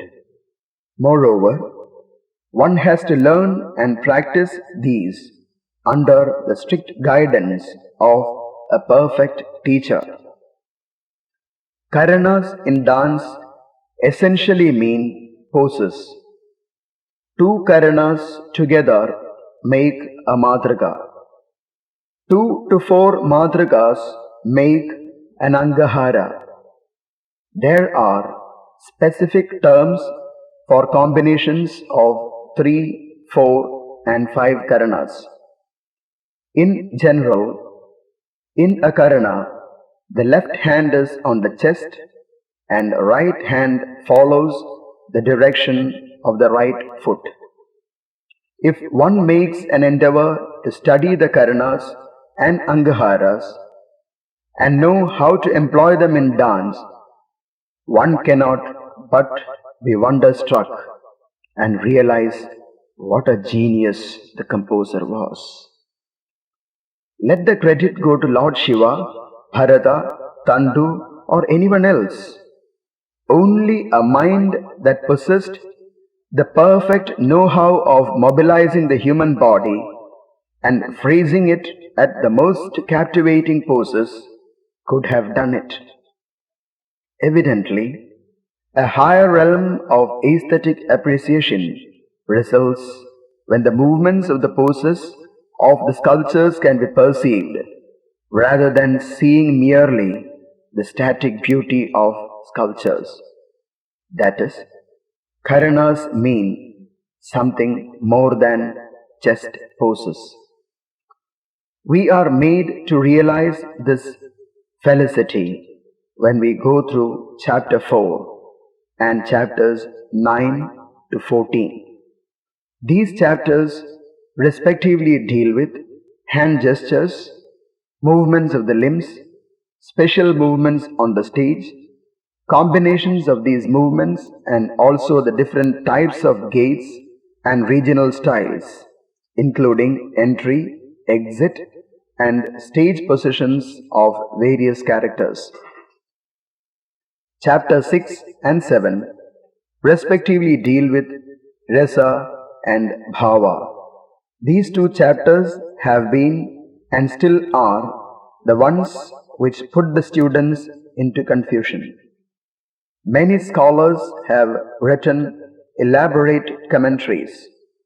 It is better for a beginner to keep away from these controversial discussions and stick to Bharata's descriptions. What is rasa? Rasyate iti rasa. Rasa, in simple terms, is that which can be experienced. In relation to Natya, rasa is the totality of the results of acting. One who perceives the effect of acting correctly is known as a rasika. What is bhava? Bhava is that which leads to or exhibits a mood. Bharata says, Vag anga sattvopetan kavyarthan bhavayanti iti bhavaha. Bhava is that which brings forth the total meaning in a poem. This includes words, gestures, and expressions. Bhavas are basically 8. They are rati, a feeling that gives pleasure. When one sees or hears about something which gives one a sense of pleasure, he or she is said to possess rati bhava. Rati in its true form, when expressed by means of ankika, sattvika, vachika, or aharya, or all together, the rasika perceives the bhava. He is thus enjoying rati bhava as Shrangara rasa. Hasa is a bhava evolved when something that creates laughter is encountered. For example, a comic object or someone dressed in a funny way. It is produced when one attempts to mimic someone or something. However, it should make a rasika smile, laugh, or burst into a guffaw. The rasa perceived is hasya. Shoka is grief. Tears of joy, of pain, and of jealousy can all exhibit grief. In a rasika, shoka creates a sense of compassion. That is, karuna rasa is created. Krodha is produced when an encounter is made with anything or anyone capable of triggering anger. Anger is received as Raudra rasa by a rasika. The term utsaha stands to express enthusiasm, vigor, etc. It is seen in fine and civilized characters, and to the rasika, it is Veerarasa. Bhaya is fear. Bharata emphasizes the evolution of this bhava in women and inferior characters. Its corresponding rasa is bhayanaka. Jugupsa means disgust. You feel it when you sense something that is disgusting. To the Rasiga, the rasa is bibhatsa. The eighth one, Vismaya, is wonder. You feel it when you sense something that you did not expect. It may be the sensation caused by touch, smell, taste, vision of, or hearing about anything or a person. More recent scholars have added Nirveda Bhava, Vatsalya Bhava, Shanta Bhava, Bhakti Rasa, etc. Totally new concepts of rasa theory have been made by scholars like Bhoja, Shanguka, Bhattalolata, and others. As they come from specialized schools of thought, these concepts shall not be discussed here. Moreover, they are to be treated in detail, which is beyond the purpose and objectives of an introductory lecture to Natyashastra. However, it is interesting to know how Bharata explains the scheme of evolution of bhavas, their outward expression and perception by the audience. Now, discern the terms vibhava and anubhava. Vibhava is that dependent on which a bhava is produced. For example, Shakuntala is the vibhava for the Redibhava in Dushyanta. Here, Shakuntala is the primary determinant. Therefore, she is known as the Alambana Vibhava. The cool air, the fragrance of the flowers, chirping of the birds, etc. modify and facilitate the growth of Ratibhava in Dushyanta. These factors are called Uddipana Vibhava, that is, they are the additional or secondary determinants. Let us have a review. Vibhava has two components or two determinants, namely Alambana, the primary, and Uddipana, the secondary determinant. What is Anubhava? Acting using physical gestures, words, and other expressions to convey the bhava so as to create the appropriate rasa in the rasika is Anubhava. In this example, the externally visible reactions of Dushyanta, which will summarily inform another one about the evolution of Radibhava, is to be recognized as Anubhava. We have been discussing the processes in acting. How will we know that the acting is successful? When the involuntary and voluntary reactions of the actor create the correct rasa in a perceiver, the acting process is successful. However, in case of acting, only the voluntary ones are more significant. Bharata has classified such reactions as Vyabhichari bhavas. They are 33 in number. Reactions shown in acting are called by one term Vyabhichari because they are transitory expressions and they deviate from the main track of Sthayi Bhava. But the sum total of a set of Vyabhicharis together focus the basic Bhava, which is otherwise known as Sthayi Bhava. Bharata also refers to a set of 8 Sattviga Bhavas. They are called Sattviga Bhavas as they are directly produced by the mind. There is more of realism compared to other methods and therefore the reactions to a considerable extent are involuntary. When the text is studied properly, it will be understood that a sthayi bhava, when perceived by a rasika, is identified as a rasa. The rasika perceives it by the impact of the total reactions of the one who possesses a bhava. These reactions are the Vyabhijari bhavas. The appropriate combination of the Vyabhijari bhavas must produce the correct rasa. For example, here is some mango pickle in a plate kept covered.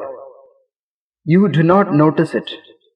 Now, the cover is removed, and then perhaps your mouth starts watering, or you put your finger in it and lick it. Maybe you will express your joy and say, "Ah, excellent pickle." Or the other way round, "My God, so hot and salty." And you swallow it or spit it.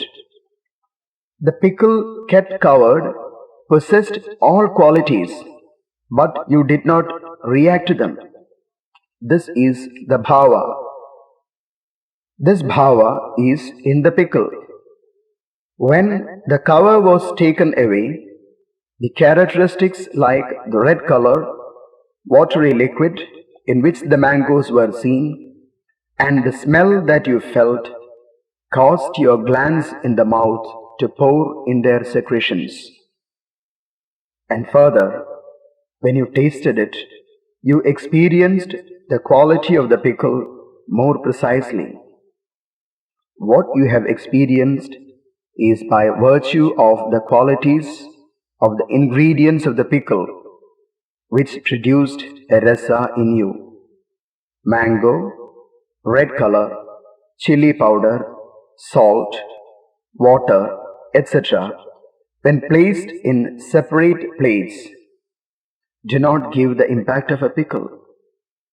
These individual ingredients are the Vyabhijaris. Their appropriate combination has a cumulative effect which tells one what the basic quality is. That is the sthayi bhava. How you perceive it is through the experience of the Vyabhijaris. Your reaction will depend on your personal constitution and previous relative experience. Bharata has listed sthayi bhavas and the corresponding rasas. The rasika's reaction can vary. An ugly woman's rati is likely to create hasya rasa in you or me. Therefore, the summary note to the actor is Na eka rasajam kavyam kinjit asti prayogatah. In practice, there is no poetry which produces only one rasa.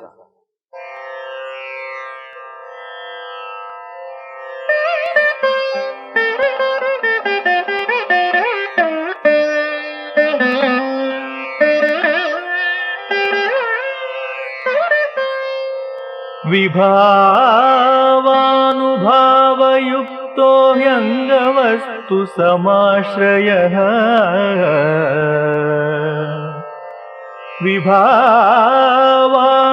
विभावानुभावयुक्तो ह्यङ्गवस्तु समाश्रयः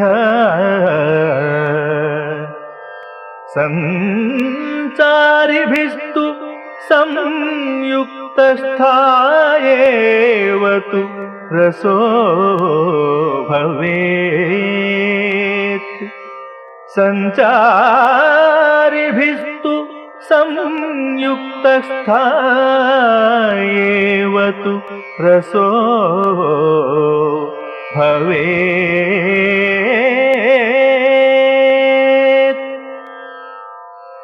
The basic and secondary causes and the involuntary and voluntary reactions of the body together translated a fundamental sentiment into an experienceable state.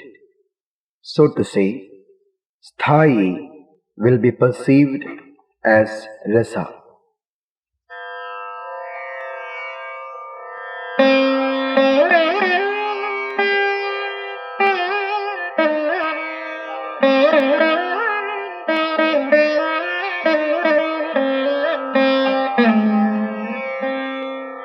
नानाभावार्थसम्पन्नाः स्थायी सत्त्वविचारिणः नानाभावार्थसम्पन्नाः स्थायी सत्त्वविचारिणः पुष्पावकीर्णाः कर्तव्याः काव्येषु हि रसाबुधैः काव्येषु हि रसाबुधैः.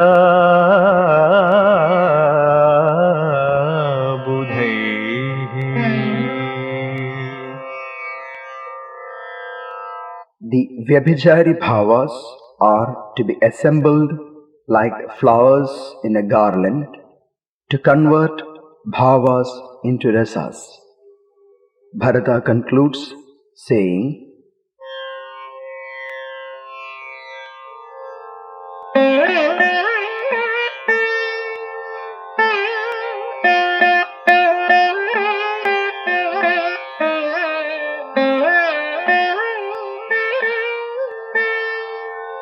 एवं रसानां भावानां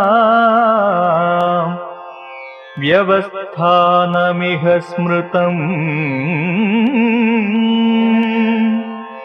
एवं रसानां भावानां व्यवस्थानमिह स्मृतम्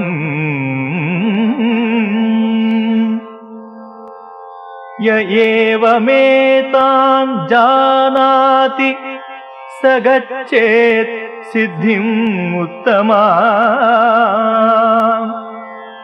य एवमेतान् जानाति स गच्छेत् सिद्धिम् उत्तमाम्.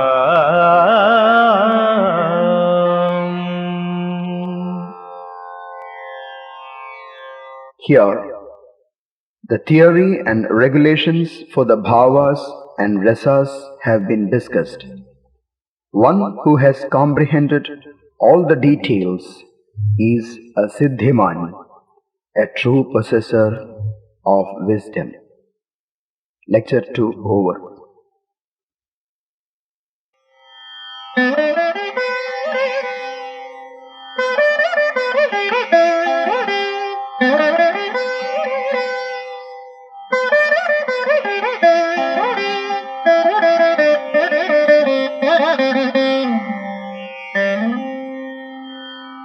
भावानां च रसानां च समुत्थानं यथा क्रमम् त्वत्प्रसादाच्छ्रितम् सर्वमिच्छामो वेदितं पुनः.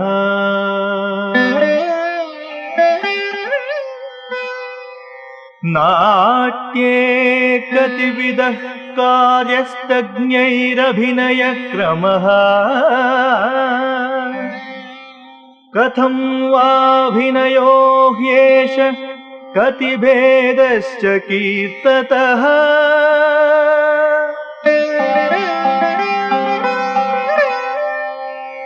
सर्वमेतद्यथा तत्त्वम् कथयस्व महामुने यो यथाभिनयो यस्मिन् योक्तव्यः सिद्धिमिच्छता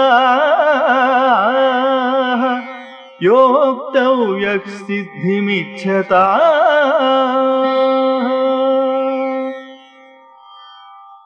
Bharata commences chapter 8 entitled Uttamanga Abhinaya with the words of the sages. The sages said, "By your blessings we could learn about the origin and the patterns of bhavas and rasas. We would now like to know something more. In how many ways should Abhinaya be used in Natya? How did the term Abhinaya come into existence? Kindly tell us how one who is interested in bringing out the positive results by using Natya techniques should apply the different types of Abhinaya." In his reply, Bharata explains certain laws in Sanskrit grammar justifying the combination of Abhi and Ni to sound Abhinaya. Applications of the various parts of the body to bring forth visibly the knowledge of the intended subject is known as Abhinaya. The parts of the body involved in Abhinaya are the Angas. Sri Kartika Tirunal Balarama Varma, in his text Balarama Bharatam, defines Anga, Upanga and Pratyanga very clearly. Those who are interested in delving deep into the techniques of Abhinaya must study Balarama Bharatam also. This is essentially an elaborate and up-to-date commentary on the chapters 6 to 10 of Bharata's Natyashastra. Balarama's taxonomy of acting in relation to the various parts of the body is exhaustive but comprehensible to the practitioners of the present. Here are the definitions. Bhava Rasa Arthakriya Karitvam Angatvam. Anga is that which expresses the total meaning in its correct mood. Bhava Rasabhodagatvam Upangatvam. An Upanga is that which presents clearly Bhava and Rasa. Bhava Rasa Vishesha Rahitatvam Sambhavena Arthakriya Matra Karitvena Pratyanganam Angatvam Sambhavet. That which does not convey the bhava and rasa but brings out the meaning is pratyanga. Balarama has made these terms clear, which might appear a bit confusing in the Natyashastra. This definition helps to justify the importance given to neck and head. This part is defined as Uttama Anga. It is impossible to impart the correct mood to any message unless the head is involved, especially the face. Therefore, it is Uttama Anga, the most significant Anga. The 8th chapter is fully devoted to the classification of how to use head as a whole, neck, eyeballs, eyelids, eyebrows, lips, cheek, nose, chin, and also tongue and teeth. These are the Upangas.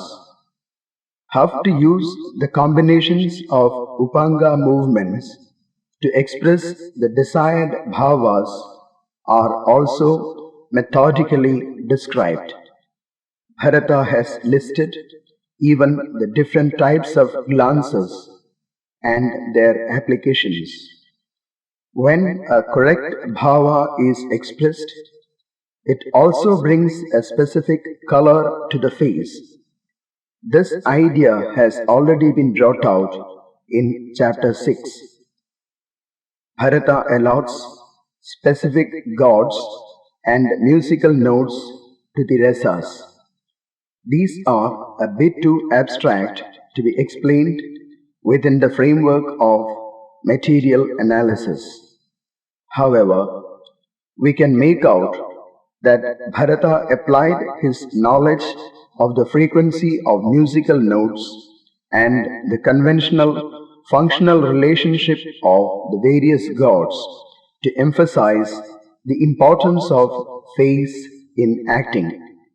Since Upanka play a major role in the transmission of rasa, head is important in Sattvika Abhinaya. Elaborating the importance of the face and the face colors, that is Mukharaga as they are called, Bharata comments.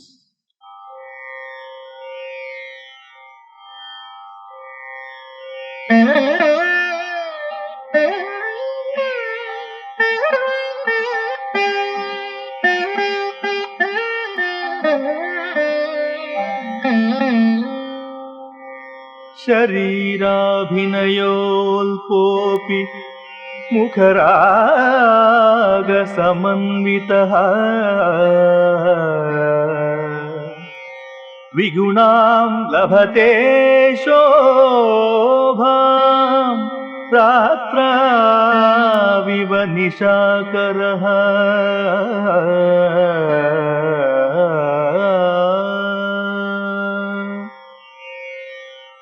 Even if the acting done with different parts of the body are not perfect, the correct Mukharaga will compensate for it and Abhinaya will be as clear as moon in the night.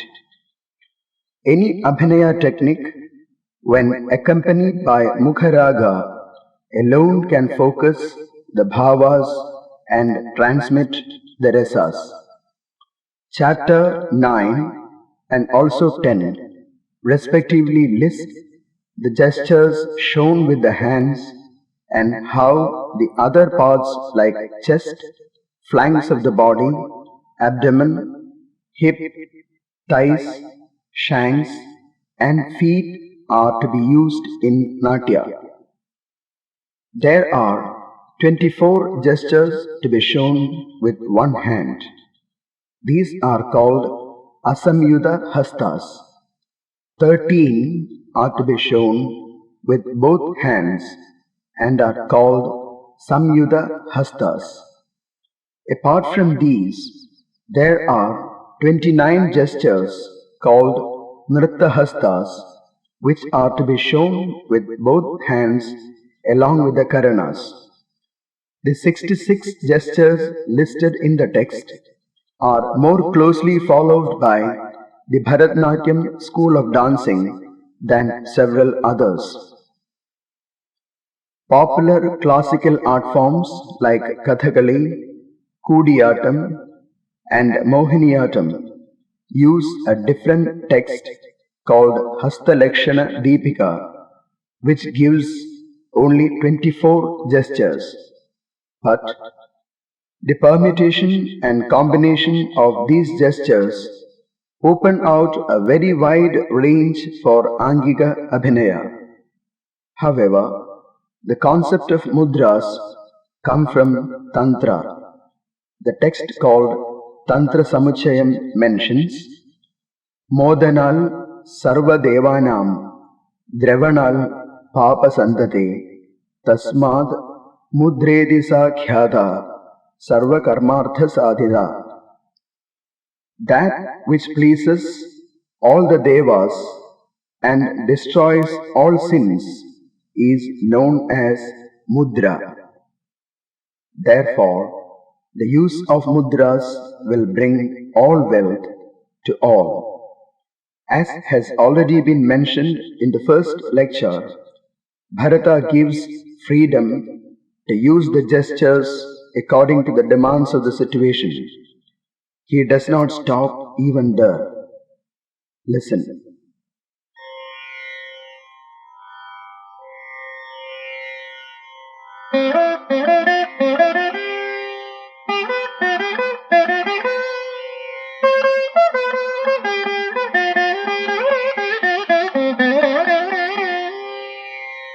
आकृत्या चेष्टया चिन्नैर्जात्या विज्ञाय वस्तुतः स्वयं वितर्क्य कर्तव्यम् हस्ताभिनयं बुधैः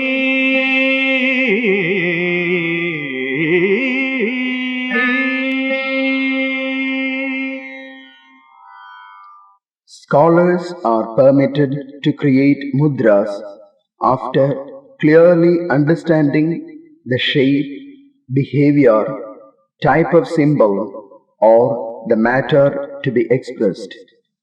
A classification based on how the fingers are bent or straightened and the levels at which the gestures are to be shown explain the minute details Bharata has gone into.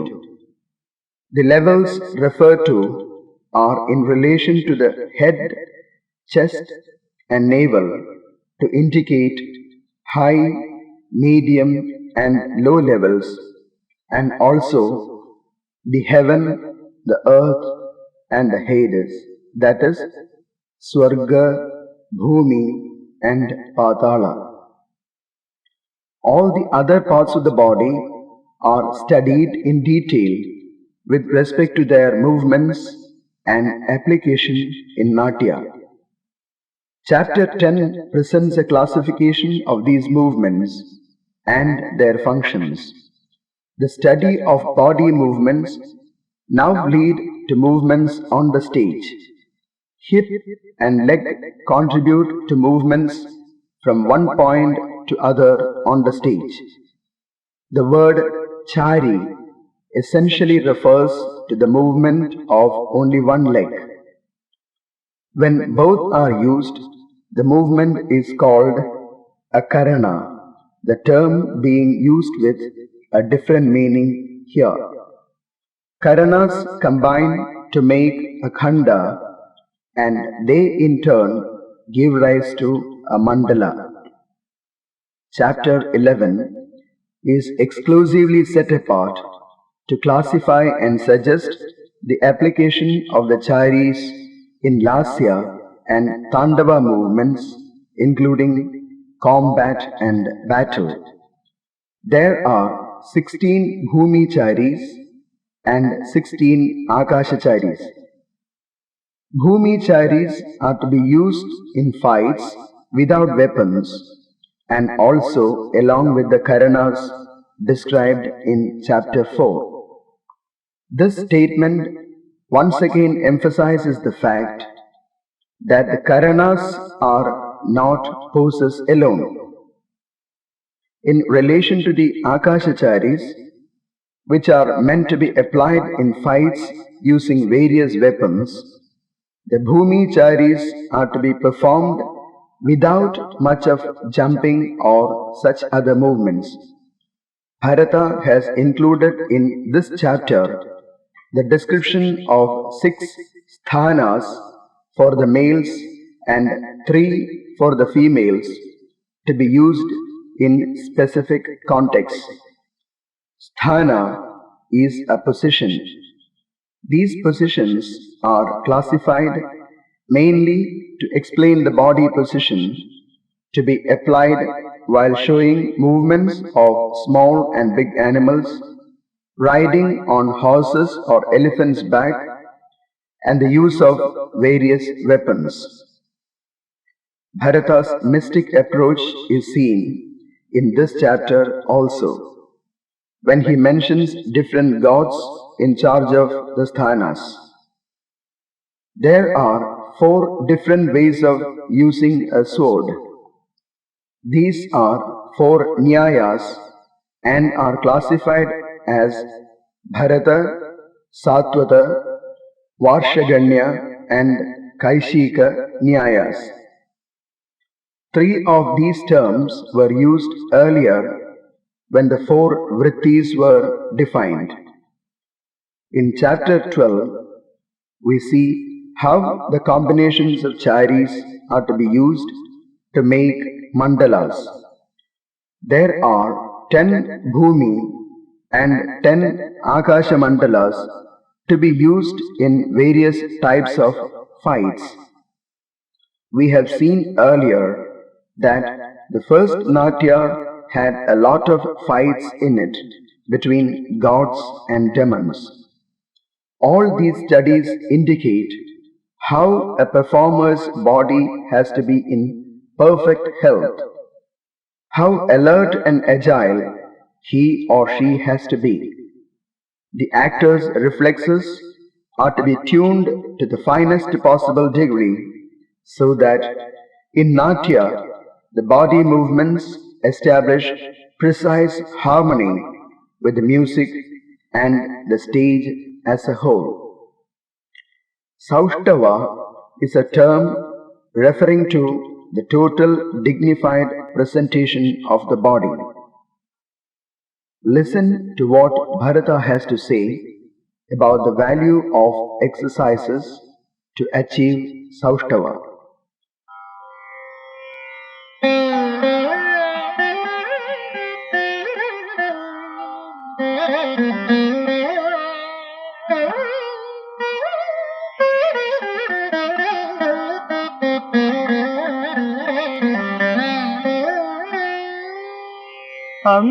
अंगसौष्ठव सम्पन्नैः अङ्गहारैर्विभूषितम् व्यायामं करयेत् सम्यक् लयतालसमन्वितम्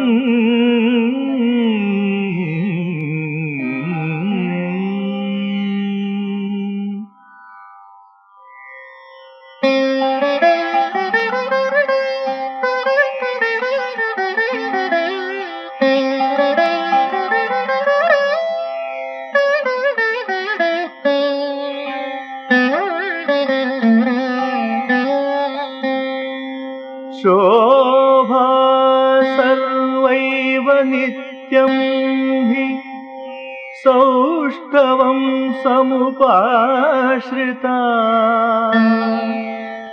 न हि सौष्ठव हीनांगा शोभते नाट्यनृत्ययोः.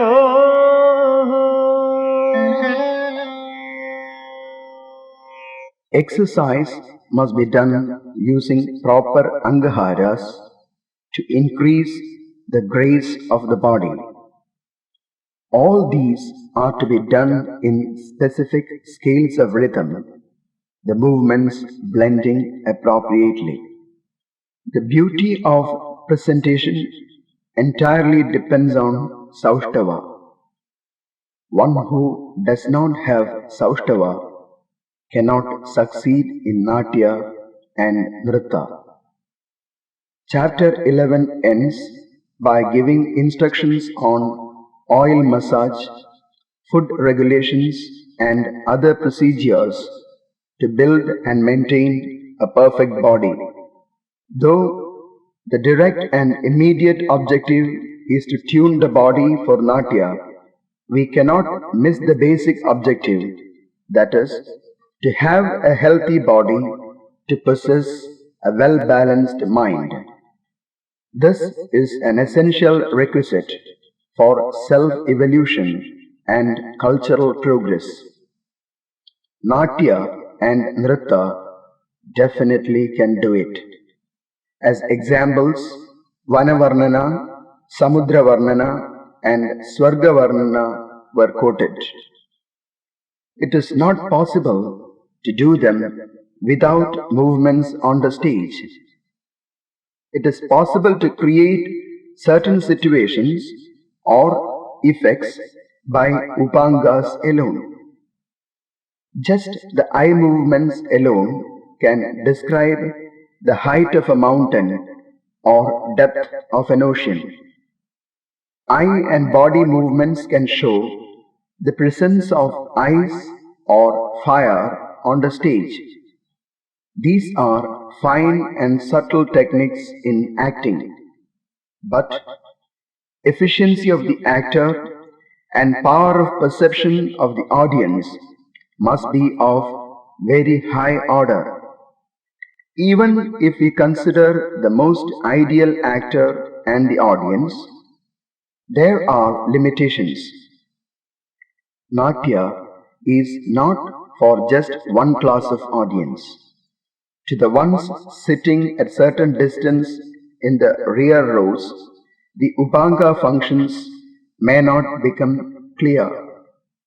Considering all these factors, Pratyanga must be used in acting. Hasta Abhinaya can solve quite a lot of these problems. Of course, the other parts of the body can also help. However, it is possible to exhibit all what the actor wants only if he or she moves from one point to the other on the stage. Can these movements be random ones? Bharata says no. He explains through chapters 13 and 14 how each character must enter and move on the stage. The type and speed of movements vary according to the status, sex, and conditions of the characters. Chapter 13 discusses Gati, that is, walking and such other movements on the stage.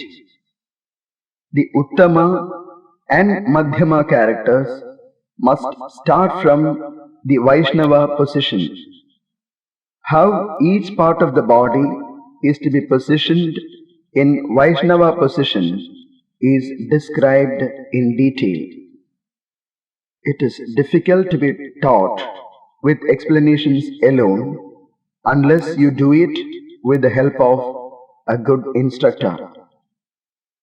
However, it means that Uttama and Madhyama characters must exhibit their elegance, dignity, and poise right from their very first appearance on the stage. As the character begins to walk, again there are specifications as to how high the feet should be lifted. In any Natya, if an Uttama lifts his feet to a certain height, the Madhyama must lift his feet to a height which is half that of the Uttamas. Adhamas and women have to adopt a height which is half that of the Madhyamas. When the three types of characters move together, the said ratio is to be maintained. Uttamas move in Vilampita Kala, that is, very slow.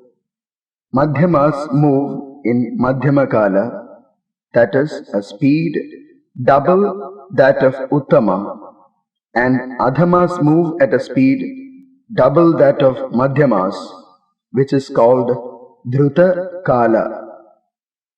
There are specific directions in which each character has to move, which again are decided according to the shape of the stage, that is, whether it is rectangular, square, or triangular. These specifications now call for the precision in keeping a definite scale of rhythm. If all the three types of characters move on the stage at the same time, as I said earlier, each has to move at the speed allotted to his or her status, which means from the manner in which and the speed at which a character moves, the audience must be able to understand the status of the character. These derivations are directly from the study of mannerisms. Bharata talks about Divya, Divya Manushi, and Manushi types of movements in Natya to describe and classify the mannerisms of heavenly and earthly beings. We need not worry about the classification at all. When we start watching men, women, and animals around us, we are sure to find certain patterns in their behavior. The speed at which they work fall into distinct classes which will have direct relation to the types of individuals.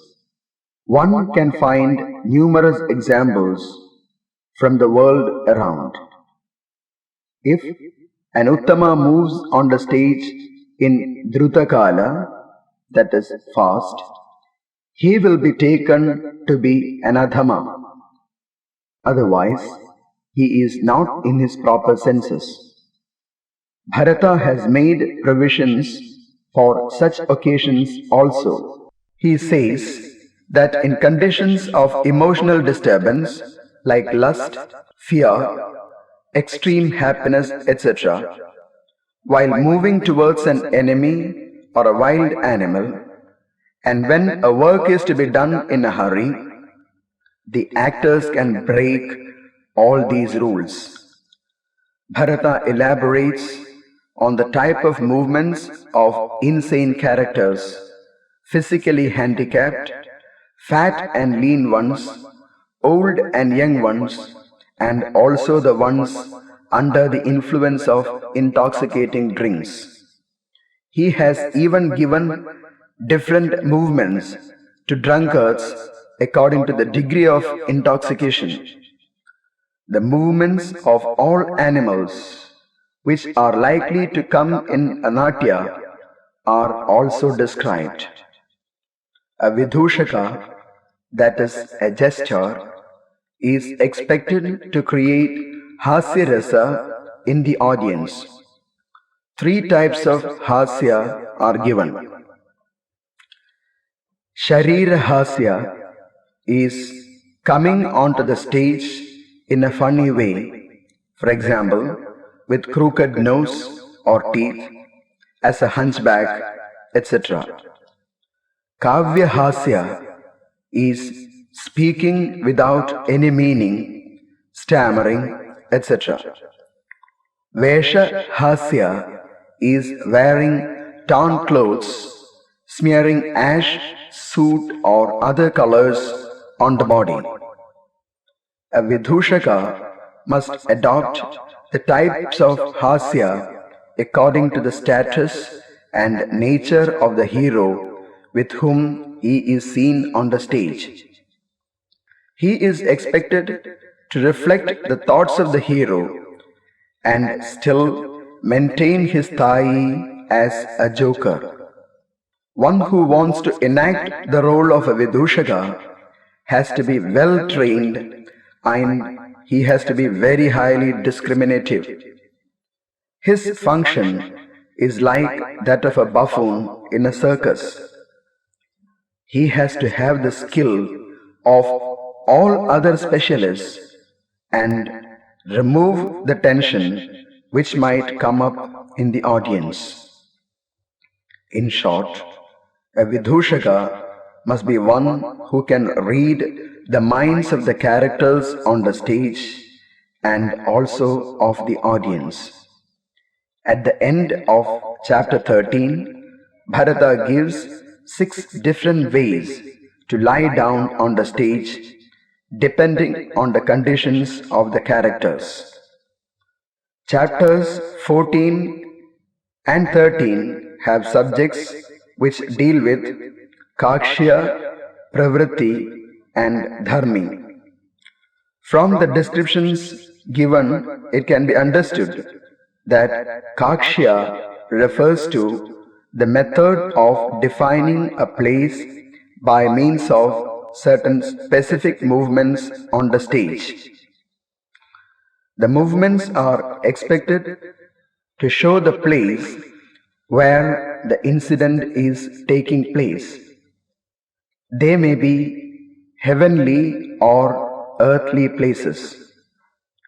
Pravritti is a term used to indicate the language, dress, and conventions of a region. Bharata describes four pravrittis. Geographically, the four regions are Panchala, the north, Dakshinatya, the south, Audramagadi, the east, and Avanti, the west. This is a relative regionalization subject to small variations. Each pravritti denotes the geographical position, the position of entry and type of movements of the characters, and the vrittis prevalent in the given area. In Dakshinatya, entry is through the northern door. Movement is clockwise and vritti is mostly kaishiki. In Avanti, entry is through the northern door. Movement is clockwise and vrittis are mostly Satvati and Kaishiki. In Audramagadi and Panchala, the entry is through the southern door and movement is anti-clockwise. The vrittis allotted to Audramagadi are Bharati and Arabhadi, and those allotted to Panchala are Satvati and Arabhadi. At the end, Bharata says that considering the audience, region, time, logic, etc., efficient actors should mix the pravrittis using their discretion. Dharmi are of two types, Natya Dharmi and Loka Dharmi. In short, Natya Dharmi is acting according to the methods described in the Natyashastra. There is very little of realism and the nature of incidents are exaggerated. Non-living things are characterized or personified, and mostly music accompanies Abhinaya in Natya Dharmi. Loka Dharmi is dependent on individuals and regions to which they belong. Loka Dharmi is direct expression of the character, not modified by the techniques of acting. However, Bharata gives permission to the experts to use both Natya Dharmi and Loka Dharmi as and when required. To employ Loka Dharmi, one has to have a perfect knowledge of the pravrittis. Chapters 15 to 21 is Vachika Abhinaya, that is, acting a verbal means. This area begins with studies covering verbal representations and prosody. Prosody is Kavya Shastra. How the meaning of a word can be changed by specific affixes, and a general introduction to meters in poetry in relation to godly, non-godly, and human beings are discussed in detail. These meters are technically called Divya, Divyatara, and Manusha. Chapter 16 exclusively deals with meters suitable for Natya and the ones suitable for Gitakas, which are later described in chapter 32. Poetic concepts like figures of speech, alliterations, etc. are the contents of chapter 17. It also covers the salient features of good and bad poetry. Subjects like intonation, language of kings, rustics, jungle dwellers, and also animals spread through the next two chapters. Classification of dialects, different modes of addressing, seven musical notes, and the three positions of the body from where these notes are regulated are elaborated in the 19th chapter. Where to break off or pause while speaking, and how such adjustments can influence the rasas in relation to the musical notes are interesting areas in Vachika Abhinaya. This portion is completed with a description of Dasharupakas, the 10 types of plays. The grouping is based on the number of heroes, number of acts, regional styles, status of characters, and a few other comparatively less important parameters. The five avasthas have been explained. In practice, avastha is an acting method adopted by a hero to attain certain estimated results. This progresses through five distinct stages. Similarly, five artha prakritis speak of factors outside the hero. Here, the term hero, that is Nayaka, only stands to indicate the character under discussion. Therefore, avasthas and artha prakritis together represent man and the material conditions which compose a total action. Now, I invite your attention to Bharata's words, which once again speak of his marvelous wisdom and the flexibility of his theories to suit all times.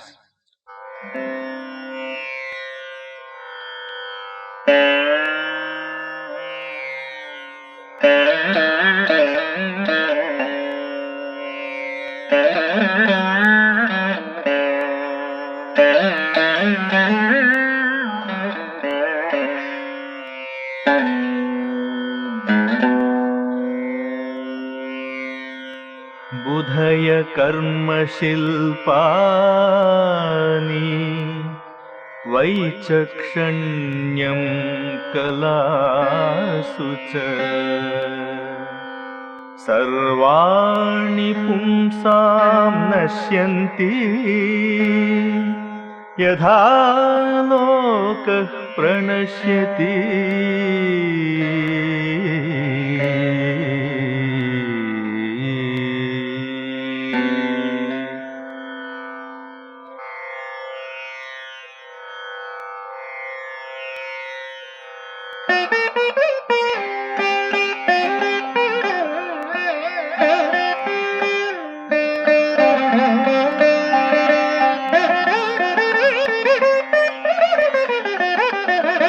तदेवं लोकभावनां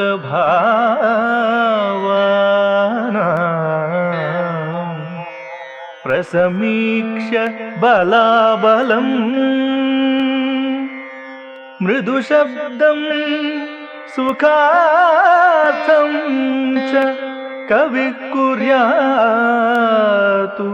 नाटकम्. In the forthcoming age, men will be almost ignorant. Knowledge of science and intellect of the beings will be very, very low. Knowledge, deeds, sculpture, artistic talents, all these will be lost. Then the world will also face destruction.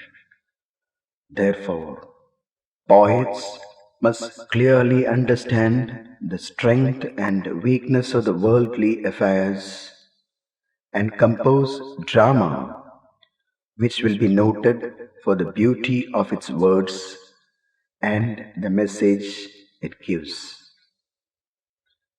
A presentation is complete only when the fourth component of acting is also included. It is Aharya Abhinaya, that is, expressing by means of facial makeup, costumes, and stage settings. These items are described well in chapter 23. Bharata makes it very clear that Ankika and Satvika Abhinaya can elucidate the nature or situation of a given subject matter more successfully if a support is given by Aharya. Here, the fundamental classification has to be noted. Pushta refers to all the stage settings. Alankara is wearing costumes like garlands, clothes, ornaments, etc. In this, there are separate items for men and women. Ankarachana refers to the colors and patterns to be applied on the face and certain other important parts of the body.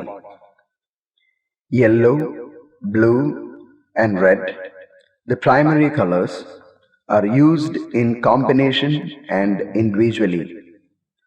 White is used individually and also for dilution of other colors.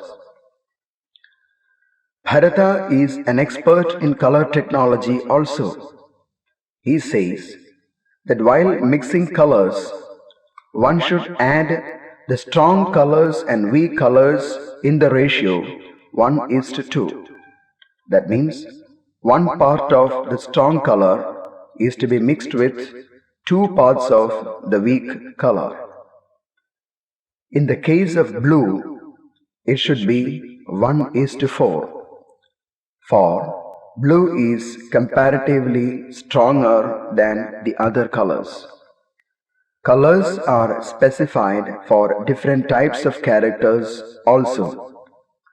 Taking into consideration the regional variations, Bharata, the philosopher, can be identified even when he talks about facial makeup. Listen.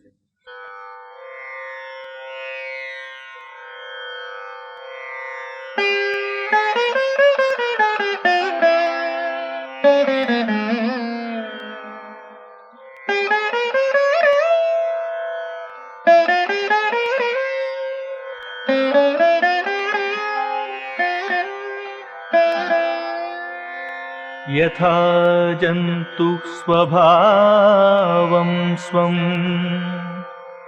परित्यज्यान्यदैहिकम् तत्स्वभावं हि भजते देहान्तरमुपाश्रितः वेषेण वर्णकैश्चैव छादितः पुरुषस्तथा परभावं प्रकुरुते यस्य वेषं समाश्रितः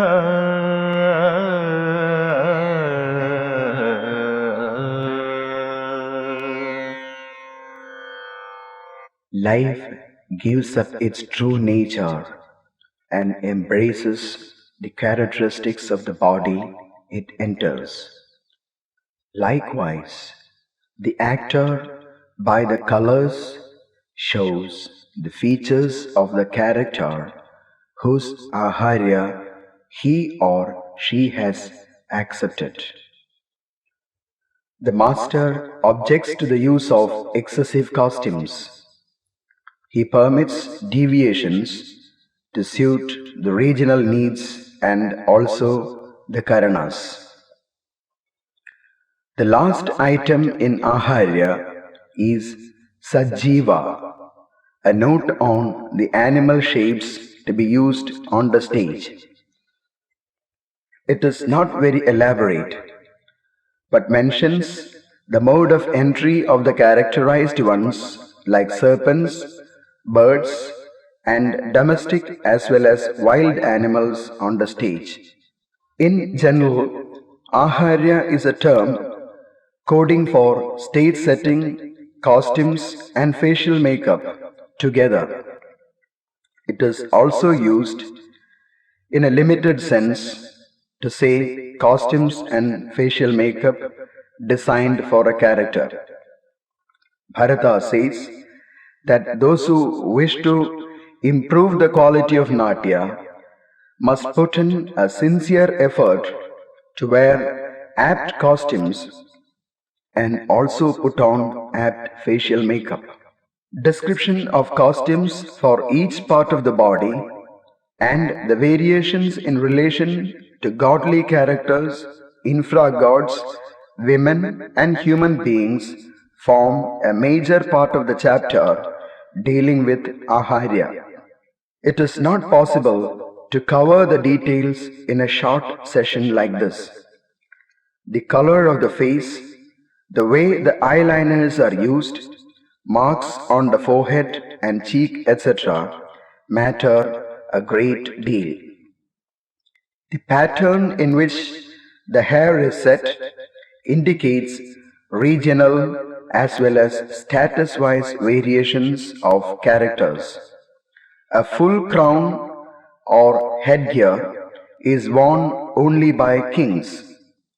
Half crowns are worn by ministers, army chieftains, and such other subordinate characters. I shall bring to your attention a few of the methods. This is just to motivate a student to read into the depths of chapter 23. We shall avoid the technical terms and just look into sufficient details. According to Aharya techniques, women are allowed to color their front teeth. Bharata says that this coloring, along with the color of the lips, will support the functions of other upankas, especially the eyes. After describing all the details, the great master tells the students to use the Aharya items taking into consideration the pertinent bhavas, rasas, and the context in which the character is to be presented. There is a warning against the use of excess of gold, silver, diamonds, and such other materials. Excess of ornaments will diffuse sattvika and angika abhinaya. No ornament that might interfere with natya should be used. Details of decorations to be used on the hair, set according to the instructions, classify the women of the earth and the heaven. Bharata leaves it to the intelligent student to design the costumes according to the differences in vrittis as well as pravrittis. The facial makeup and costumes indicate the region to which the character belongs, the status, and also the present condition of the character. Then, if a thoughtless designing is done or wrong ornaments are worn, either the character will be misunderstood by or will mean nothing to the Rasikas. It will be as meaningless as the use of Shakespearean English to an inferior tribal. How will you feel if your dear one means to express his love with all the strength he gained from a gymnasium? This will be the plight of a Rasika who looks at a character in ill-planned costumes. In reality, mountains, machines, flagpoles, chariots and weapons are non-living ones. But According to Natyadharmi, that is, stylistic methods, these non living things could be presented on the stage as living ones. For example, the school of Kathakali presents Vishnu's great wheel, the Sudarshana Chakra, and also the tremendous powers of Vishnu and Shiva, namely Vishnu Jwara and Shiva Jwara, as characters in specific costumes. Therefore, Aharya Vidhi, that is, methods described in the science dealing with costumes and facial makeup, instructions are there, and one can give shape to anything or any idea, but a detailed study is required. Colors and patterns in facial makeup and costumes expose the three fundamental characteristics, namely Sattva-guna, Rajoguna, and Tamoguna. White and yellow indicate Sattva-guna. Red stands for Rajoguna. Dark blue or black indicate Tamoguna. Bharata has devoted 2 full chapters to talk about bhava and rasa. These are the essentials in acting. To support bhava and rasa, how each and every part of the body is to be used is also well described. Natya Veda is audio-visual in nature. Costumes and makeup play no less important a role in Natya. An ill-planned design can distort or even destroy a desired bhava. A note on the know-how of making and the use of weapons in relation to the characters is also included in Aharya. At the end, Bharata repeats what he has said with respect to several other parts in the Natyashastra.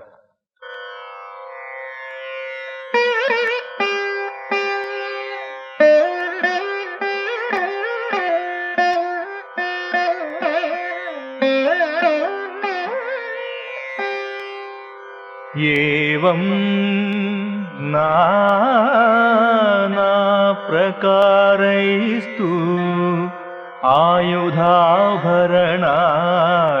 च नोक्तानि यानि च मया लोकात् ग्राह्याणि तान्यपि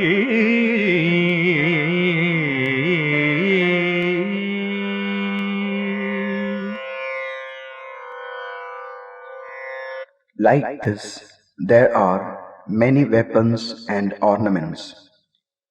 What I have not mentioned here are to be understood from one's own experience from the world around.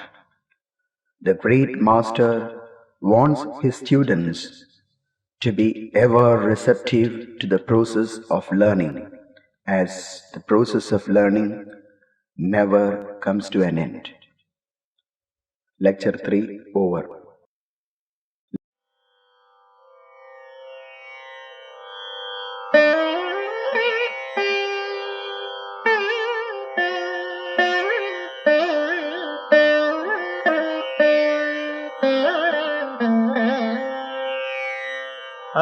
अत्यर्थमिष्टं देवानां तथा प्रीतिकरं पुनः गन्धर्वाणामिदं यस्मात् तस्मात् गान्धर्वमुच्यते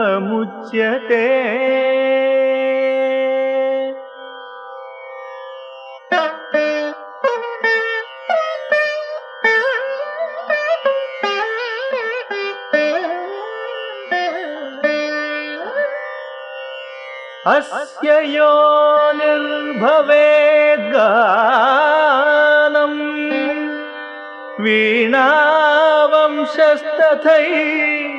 च एतेषां चैव वक्ष्यामि विधिं स्वरसमुत्थितम्.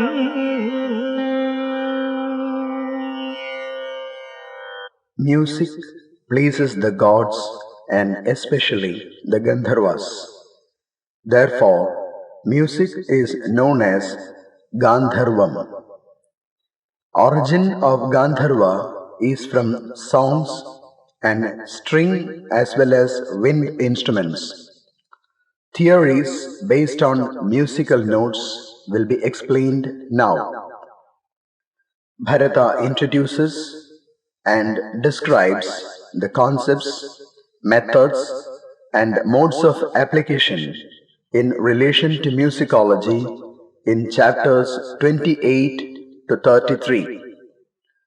Origin of musical notes, their grouping, and types of songs are discussed with respect to their applications. How to use these techniques to suit various characters and their movements on the stage is an area in musicology which is of great value to the performers of Natya. One chapter each is set apart to describe the different types of and the construction of string, wind, metallic, that is the bell type, and percussion instruments. Chapter 32 is on Dhruva songs, which are concerned with the Purvaranga. Poems composed in various meters and how to compose them to specific scales of rhythm in a manner conducive to acting are the major subjects discussed in this chapter. The science of music has to be dealt with a scholarly approach by those who have the training and the knowledge to do it. We are in an age of super specialization in every field. There are very few schools of Natya in which the actor himself is required to perform Satvika, Ankika, and Vachika Abhinaya along with Aharya. In such cases, the student goes through thorough training in music, dialogue delivery, facial makeup, costume designing, language of the body, and other minor techniques. A reference has been made to these chapters only to prove that Bharata has not left out music, and Natyashastra contains this also. Verses 3 to 7 of chapter 33 speak of how sage Swati designed the first percussion instrument.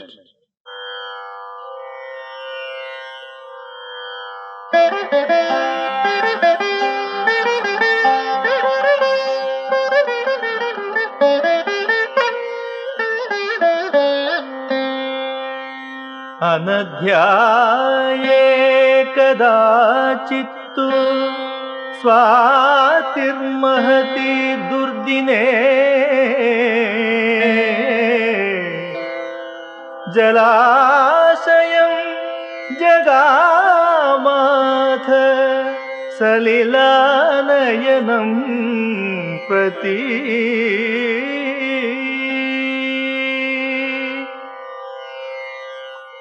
It was a holiday.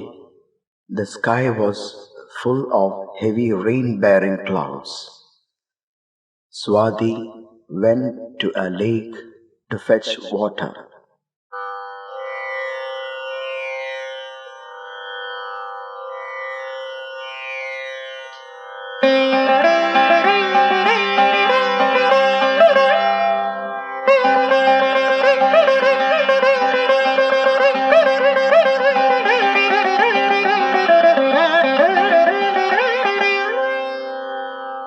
तस्मिन् जलाशये यावत् प्रवृत्ता पाकशासन धाराभिर्महतीभिस्तु पूरयन्निव मेदिनी.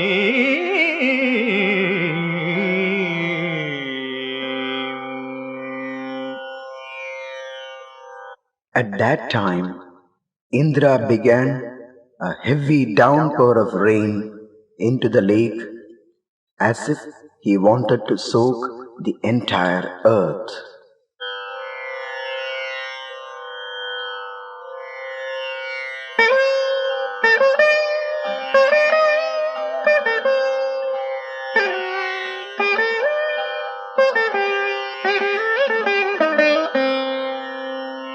पतन्तीभिश्च धाराभिर्वायुवेगाज्जलाशये पुष्करिण्यां पटुः शब्दः पत्राणामभवत्तता. पतन्तीभिश्च धाराभिर्वायुवेगाज्जलाशये पुष्करिण्यां पटुः शब्दः पत्राणामभवत्तदा. When the water drops at the speed of wind touched the lotus leaves, many sounds were produced.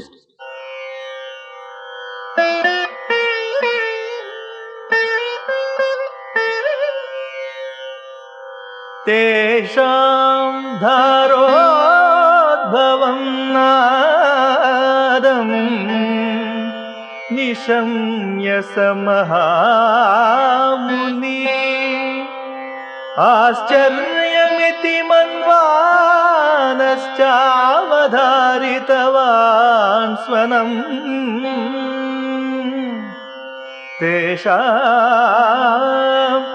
धारोद्भवं नादम् निशम्य स महामुनि आश्चर्यमिति मन्वानश्चावधारितवान् स्वनम्. Listening to the sound from the lotus leaves, as the raindrops fell on them, the great sage was surprised. He began to listen to these sounds with total attention.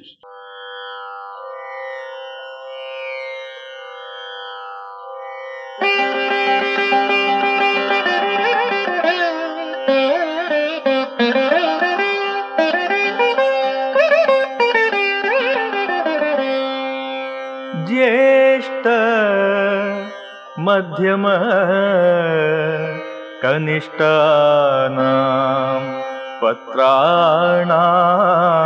अवधार्य च ज्येष्ठ मध्यम कनिष्ठानां पत्राणाम् अवधार्य च गम्भीरमधुरं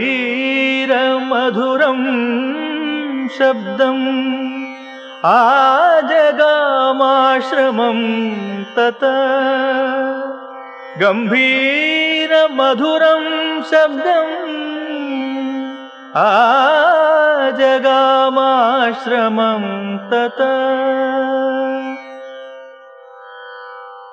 After listening to the different sounds evolved from the full-grown, tender and delicate leaves, Swati returned to his hermitage. Later, with the help of Vishwakarma, he designed and made the first set of percussion instruments. What a great and sensible mind the sage had!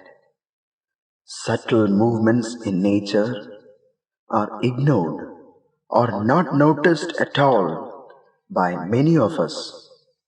Again, be it a myth or a fact, the description given by Bharata points an index to the high level of concentration and the acute sensibility one should have to learn about anything from nature. When he completes the last chapter on musicology, Bharata lists the qualities required for a person handling the musical instruments. He does not forget to say, I have described the techniques in using the musical instruments, fully realizing their suitability for Natya and experiences of all people. Those which have not been described here are to be learned from the existing worldly affairs and put into use by the learned. 6 chapters have been entirely devoted to music. The importance of music is not in Natya alone. There is no world if there is no music. The specialists classify music into classical, light, margi, deshi, sopana style, etc. These are the results of studies leading to super specialization. Music refers to harmonious combinations of audible frequencies. It is as simple as that. It may be produced from any source. It may be a living one or a non-living one. Like the sage Swati, one has to keep one's ears open to the sounds in nature.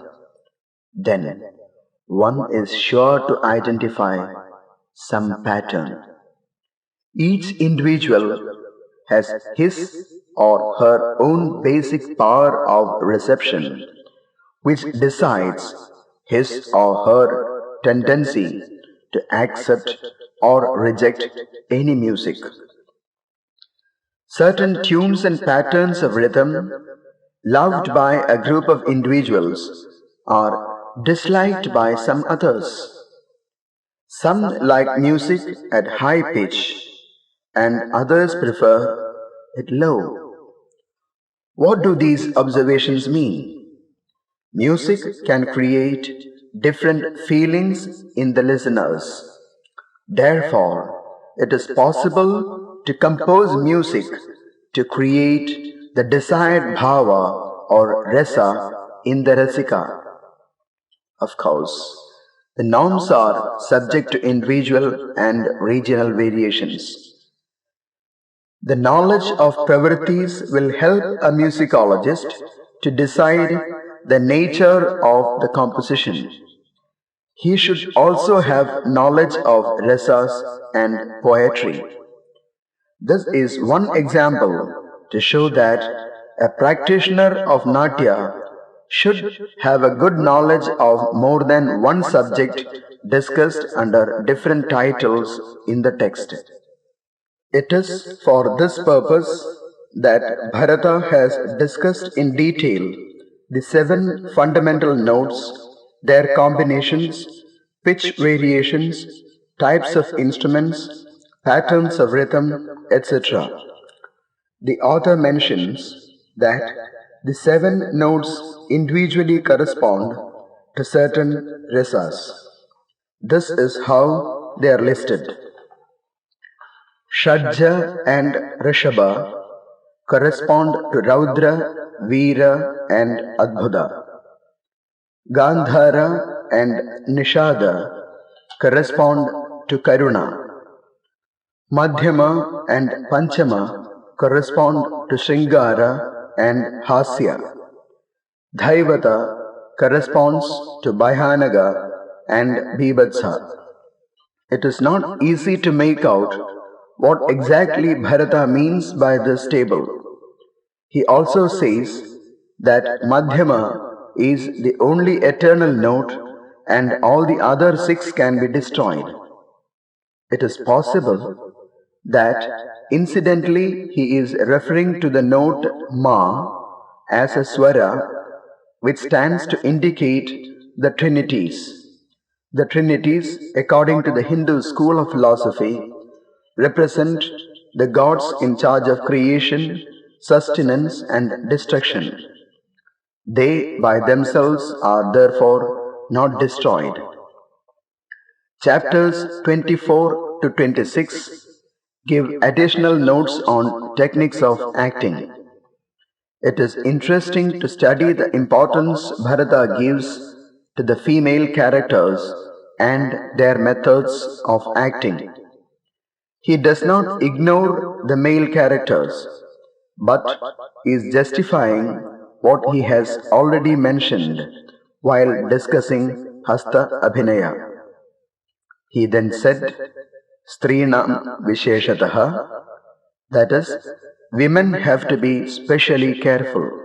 In the first lecture, the significance of this statement has already been discussed.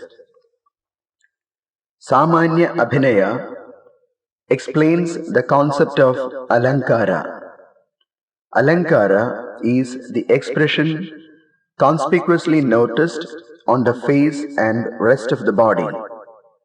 This could be specially noticed in young women and to a good extent in young men also. The three Angaja Alankaras, namely Bhava, Hava, and Hela, depend entirely on the different parts of the body. Bhava is expressing the sentiment in the poet by the actors by means of words, gestures, mukharaga, that is, colors developing on the face, and sattvika abhinaya. When the Rati Bhava is expressed by moving the eyes, eyebrows, and neck, the total effect is increased. This is Hava. When Hava becomes very clear, it is known as Hela. But in this case, the simple techniques in acting produce the complete Sringara Rasa. There are 10 Alankaras evolving out of the basic characteristics of any character in Natya. Bharata also refers to 7 Ayatnaja Alankaras, which are total expressions produced without any intentional effort by the actress. Similarly, a smaller classification of the expressions of male characters are also given. How each limb is to be used in acting is elaborately discussed in this chapter, and at one point, this is how Bharata defines Samanya Abhinaya.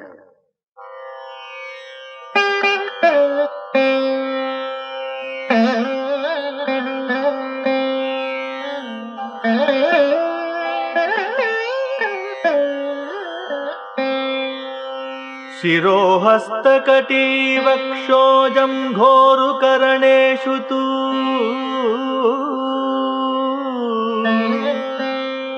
समः कर्म विभागो यः सामान्यभिनयस्तु स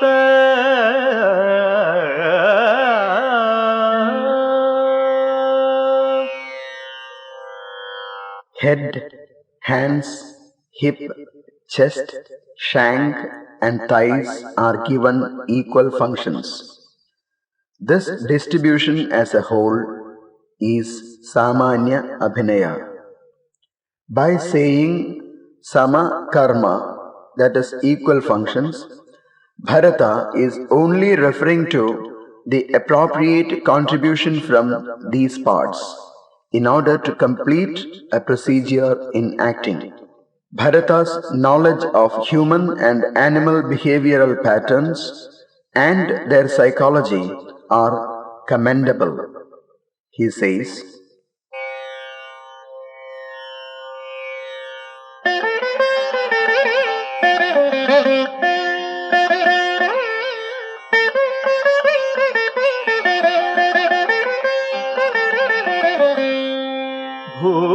भूयिष्ठमेव लोकोऽयं सुखमिच्छति सर्वदा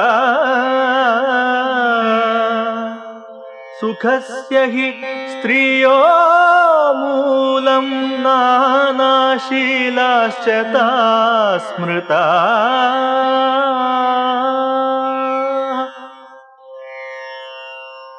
Mostly, this world prefers to be happy and comfortable.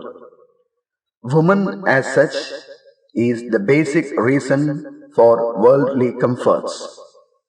Women, however, are of divergent nature. A list of over 20 names like Devashila, Asurashila, Pakshishila, Ajashila, etc. classify the behavior of women, comparing their different responses with those of gods, demons, birds, and other animals. Science of eroticism is given importance to, since male-female relationship plays a key role in life. It is the law and order in nature. However, while acting, the actors are strictly instructed to avoid certain techniques which are taboo to a given group of people by virtue of the moral standards of the society to which the people belong. The part of discussion in Samanya Abhinaya, which is of a practical value, is the one describing 8 types of heroines, the Ashtavidha Nayikas. The 8 well-defined Nayikas, when studied, can be understood as the 8 possible stages which any heroine can be in. One has to be very careful in presenting a heroine under a specific label. Vasaga Sajjiga is the one waiting for her lover, well dressed, in a well decorated, appointed place. She is eager to derive the physical pleasure. She is happy. Khandida is unhappy as her lover has not arrived. Her man is busy due to several reasons. The reason is not specific. Khandida is very similar to Virahot-Khandida, but the reason for her unhappiness is that her lover has not arrived as he is interested in another woman. Swadhina Bhartrika or Swadhina Patika is extremely joyful. She has got her husband dancing to her tunes. Her man derives pleasure by means of union with her.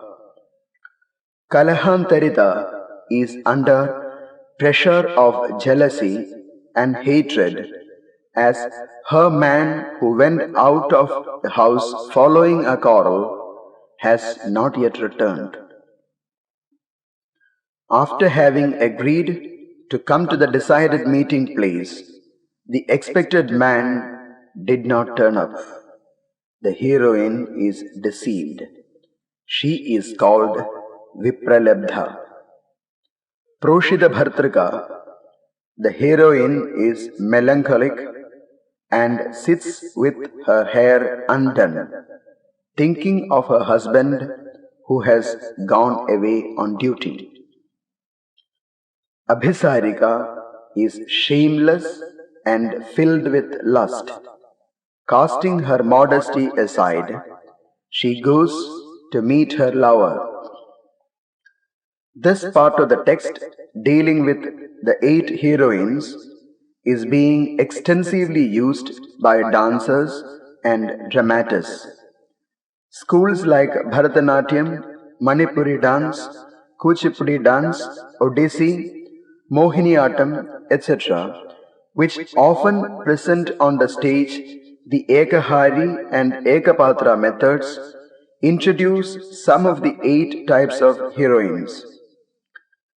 Ekahari Abhinaya is presenting various characters without differences in costumes and facial makeup.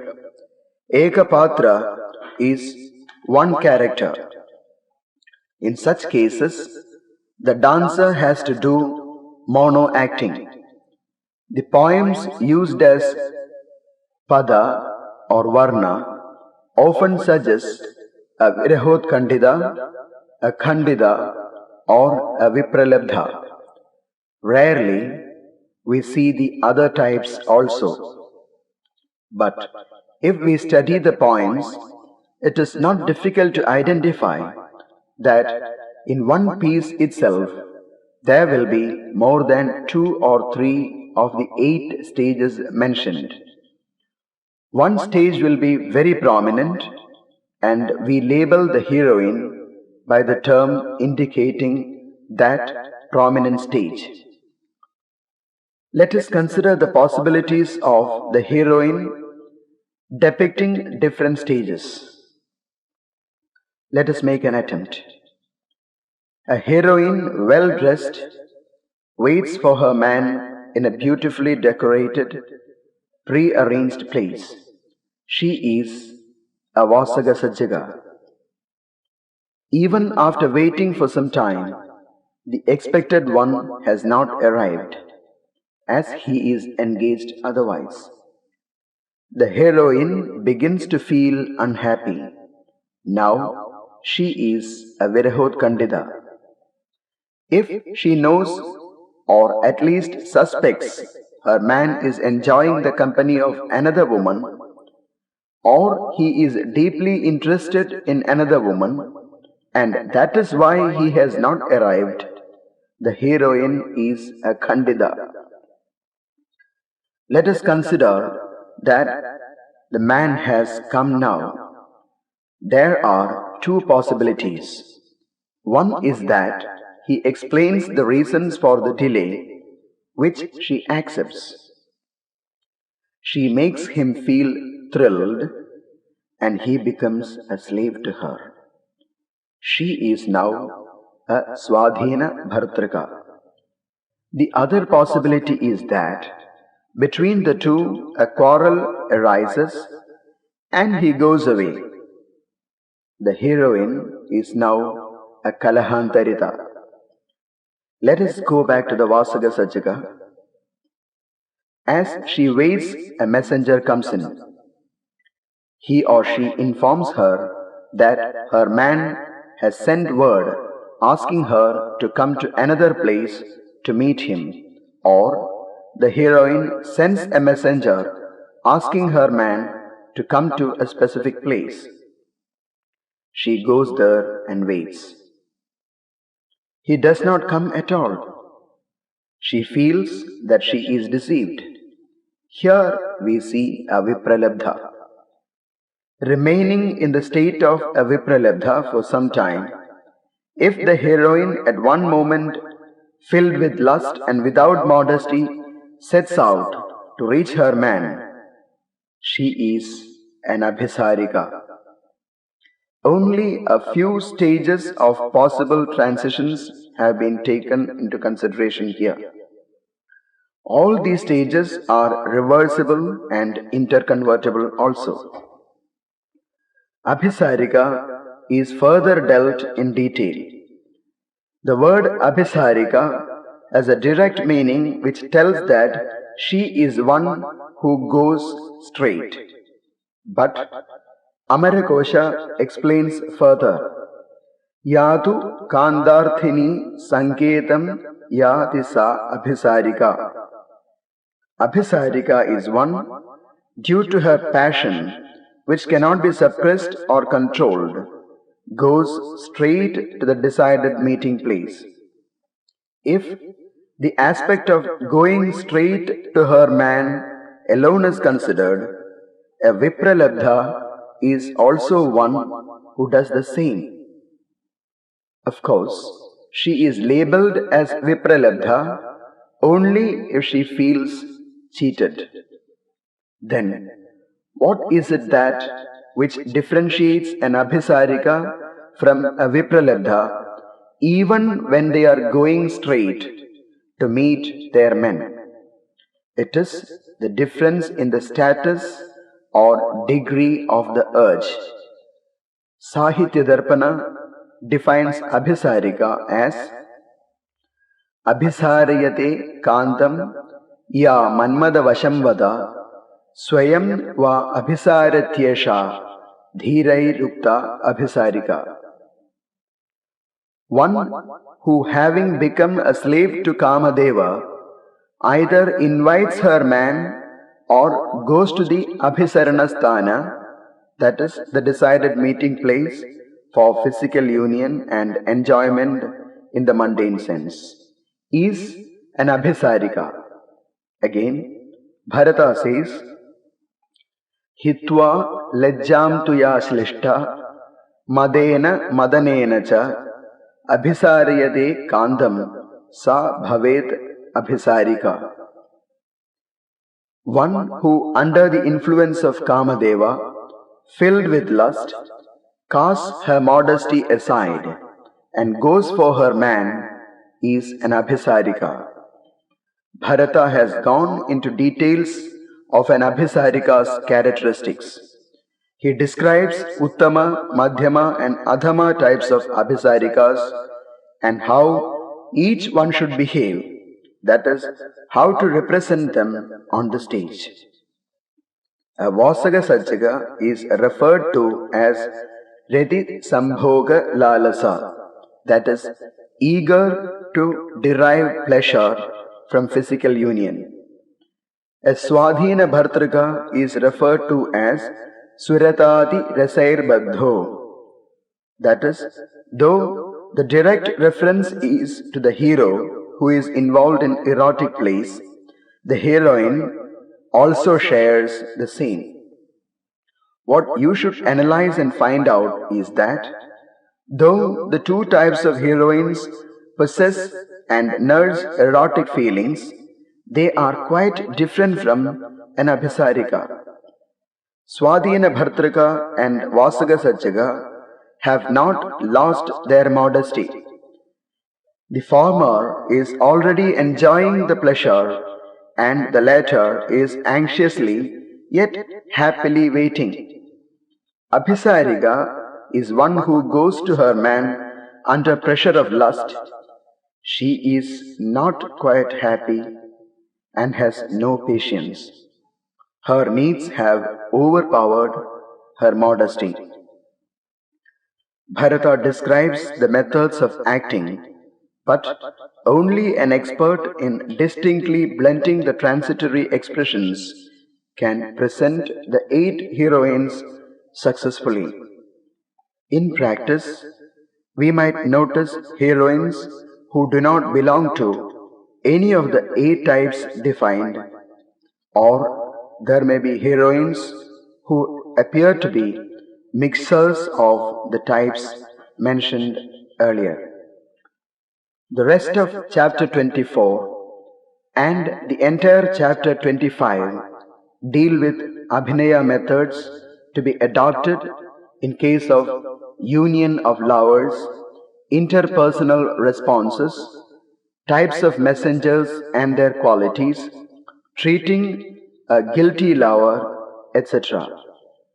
3 types of men and women, the Uttama, Madhyama and Adhama, are defined and described.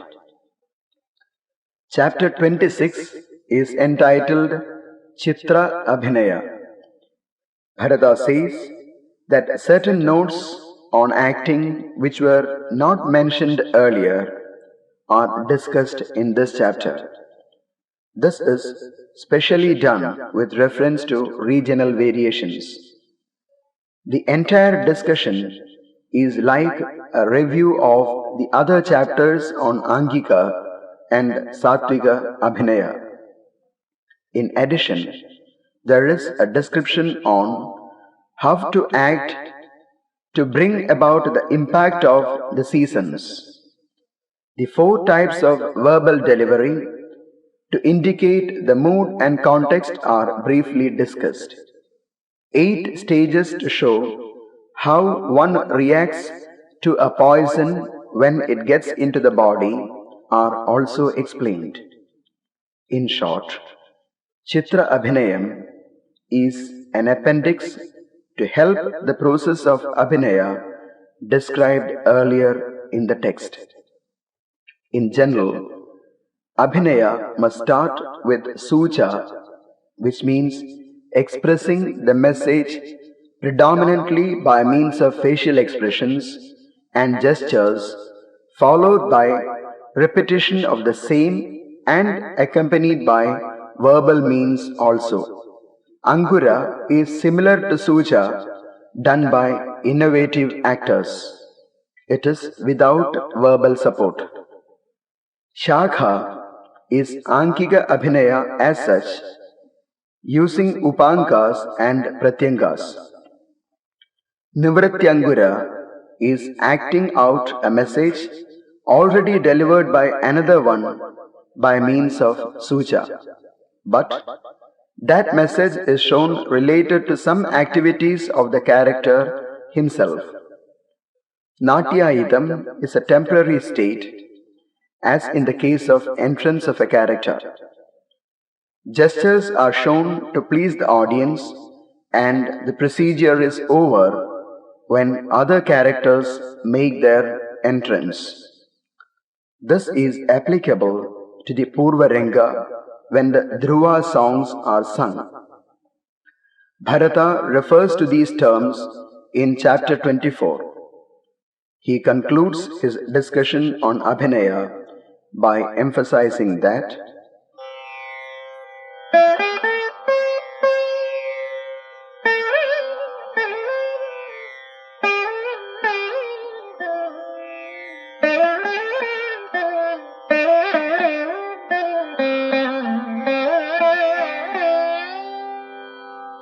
एवं लोकस्य या वार्ता नाना अवस्थान्तरात्मिका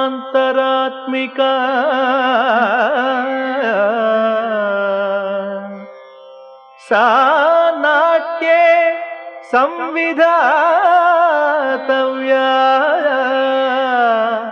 नाट्यवेद विचक्षणैः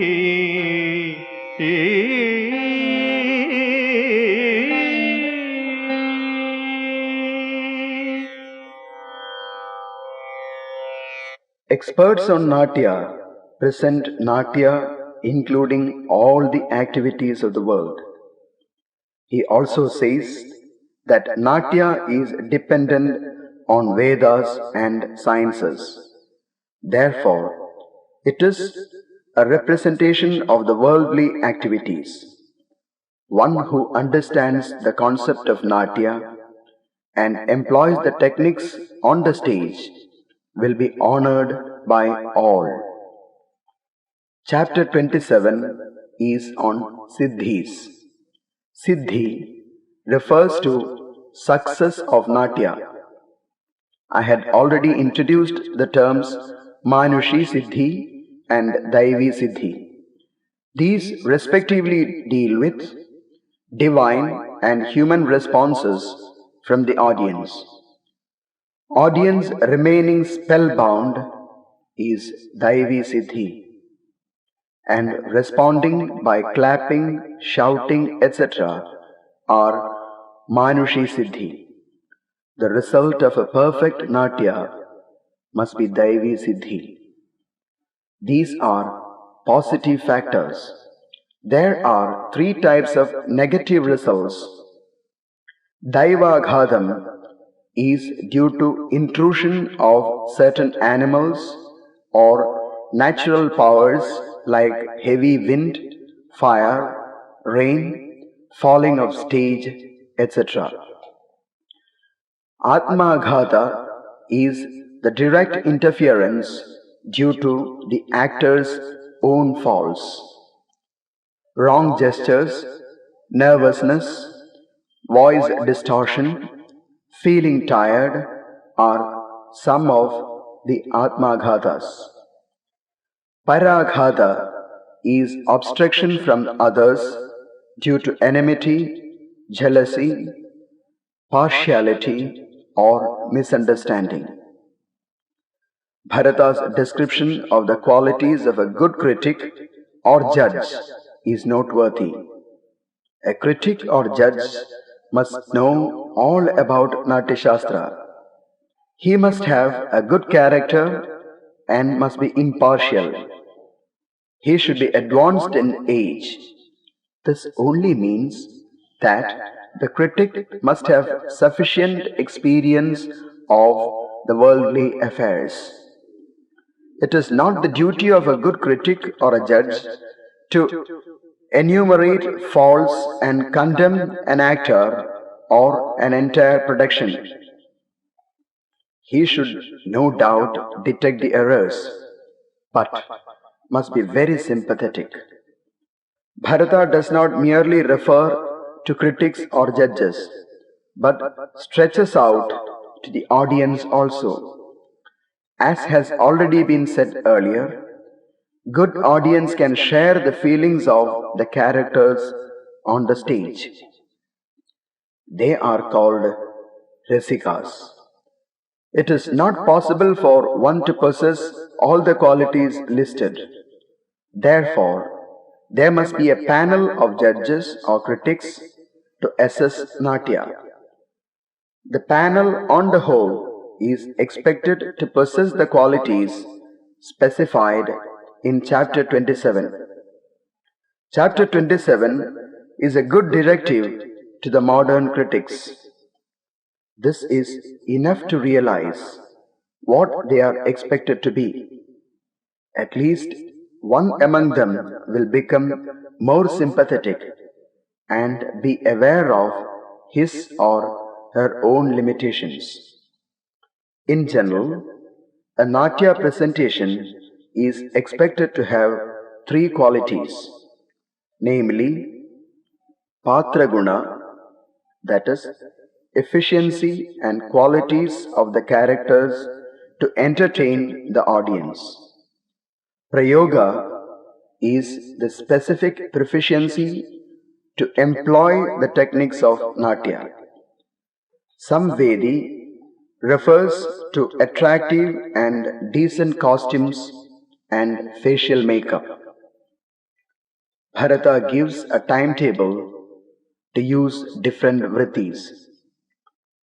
Bharati vritti during forenoon, Satvati vritti during afternoon, Kaishiki vritti during late evening, that is night also, and Arabhadi vritti before the sunrise. This is the general layout. If further analysis is done, one can perceive that this pattern matches with the varying receptivity of general audience. When the audience is fresh and alert, employ the verbal mode of acting, that is Bharati Vritti. After lunch, to keep the audience attentive, use Satvati, that is acting involving expressions. Against the background of darkness, when a good degree of tiredness is noticed in the audience, an attractive mode of abhinaya is to be employed. Therefore, bring in Kaishiki Vritti.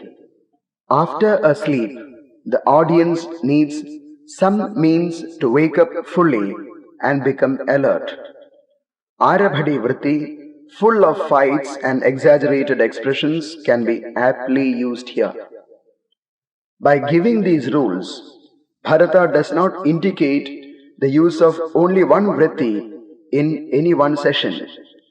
It is to be understood that the methods must match the receptivity of the audience, and at no time should an element of boredom be felt. No Natya is recommended at dawn, noon, dusk and midnight hours. These are to be set apart for routine rituals, taking food, and relaxation. After discussing all these, Bharata tells that Natya can be presented at any time, anywhere, if ordered to by a competent authority. Music, which is the subject spread through the chapters 28 to 33, is a vital component of Natya. In chapter 34, we find additional notes on the Uttama, Madhyama, and Adhama types among males and females. The four types of heroes among the Uttama and Madhyama types are Dhira Uddhada, the godly ones, Dhira Udata, the ministers and army chieftains, Dhira Lalita, the kings, and Dhira Shanta, the Brahmins and merchants. These are very general terms. In practice, there are many intermediates also. In this chapter, classification of superior female characters, especially the ones in the harem, description of female attendants, and qualities of servants in harems constitute the major part. Characteristics of kings, army commanders, counselors, ministers, both superior and inferior, judges and courtiers are also not left out. Chapter 35 is devoted to the rules regarding the distribution of roles to the suitable actors. Qualities of a director are also given in brief. Towards the end, Bharata gives a list of important supporters to be included in a theatre performing team. Bharata's exposition of Natyashastra ends here. Chapter 36, called Natyavadaram, helps to clear certain doubts which the intelligent students may have. Therefore, as a Natya Tattva, Bharata narrates the positive results of Natya Prayoga. He establishes that Natyashastra, the study of what the world is a perfect science, the practice of which will bring all wealth, both material and spiritual. Through the four sessions, we have seen what Natyashastra is. It has been my endeavor to put in a nutshell the gist of Natyashastra. I do not intend to suggest that Natyashastra is the only text which dancers, dramatists, musicologists, or any such practitioners should refer to. Subjects dealt within the Natyashastra have been in this world even before the text came into existence. Gravitational force and planetary motions existed, and they followed certain laws even before Sir Isaac Newton was born. Any theory is an outcome of the studies on the phenomena already existing. They are explained, and their validity in relation to other phenomena are brought out through certain logical conclusions and statements. Causes and processes are logically listed. A student is motivated to search further on the basis of the information. We say, we have a theory or at least a hypothesis to start with. There are certain theories which may be improved or disproved. These are due to changes in concepts, difference in methods of analysis, and such other factors. All these are applicable to Natyashastra also. We might interpret Natyashastra a million times, but the facts coded in it will never change. Bhava, Rasa, Pravritti, Vritti, Gana, Mantapa, Dharmi, Abhinaya, Swara, Atodhya, Prakriti, and Upachara, the terms used in Sangraha style, may be replaced by other terms, and classification of each and every one of them may be abridged or elaborated. But what these terms stand for now, that will remain the same. Natyashastra means the science of Natya. Natya is a method to represent the ways and deeds of the world in an audiovisual form. Science is a logical array of facts. Anyone can interpret the dicta, but if it results in a change in the facts, it is then a misinterpretation. When the sons of Bharata used Natya to make fun of the rishis, they were misinterpreting the Natyashastra. And what was the result? The rishis said, "You have become spoiled as if due to the intoxicating effect of the knowledge you possess. You have become indisciplined. Therefore, this rotten knowledge of yours shall perish." Shaken by the curse, Bharata's sons decided to commit suicide. Then Bharata consoled them and said, "This Natya, brought into practice with great difficulty, must not be destroyed. This Natya is based on great fundamental facts, and it has evolved from the Vedas, and the Ankas and Upankas of the Vedas bring to us in visible form and in audible form what the Veda contains." Some scholars feel that the reference to the Vedas has been an ancient practice to give any work an aura of divinity. Let us not discount this view. At least in case of the Natyashastra, the author has not done it just to give it a divine touch. Modern research into the Vedas and material sciences prove that many of the recent findings have already been mentioned in the Vedas. Now, what I have done is nothing more than giving an index so that one knows where in the deep ocean of Natyashastra should one dive deep to look for what one wants. I take this opportunity to request every one of you to do the best you can to let more people learn this science and enjoy the divine wisdom. Before we end, let us pray.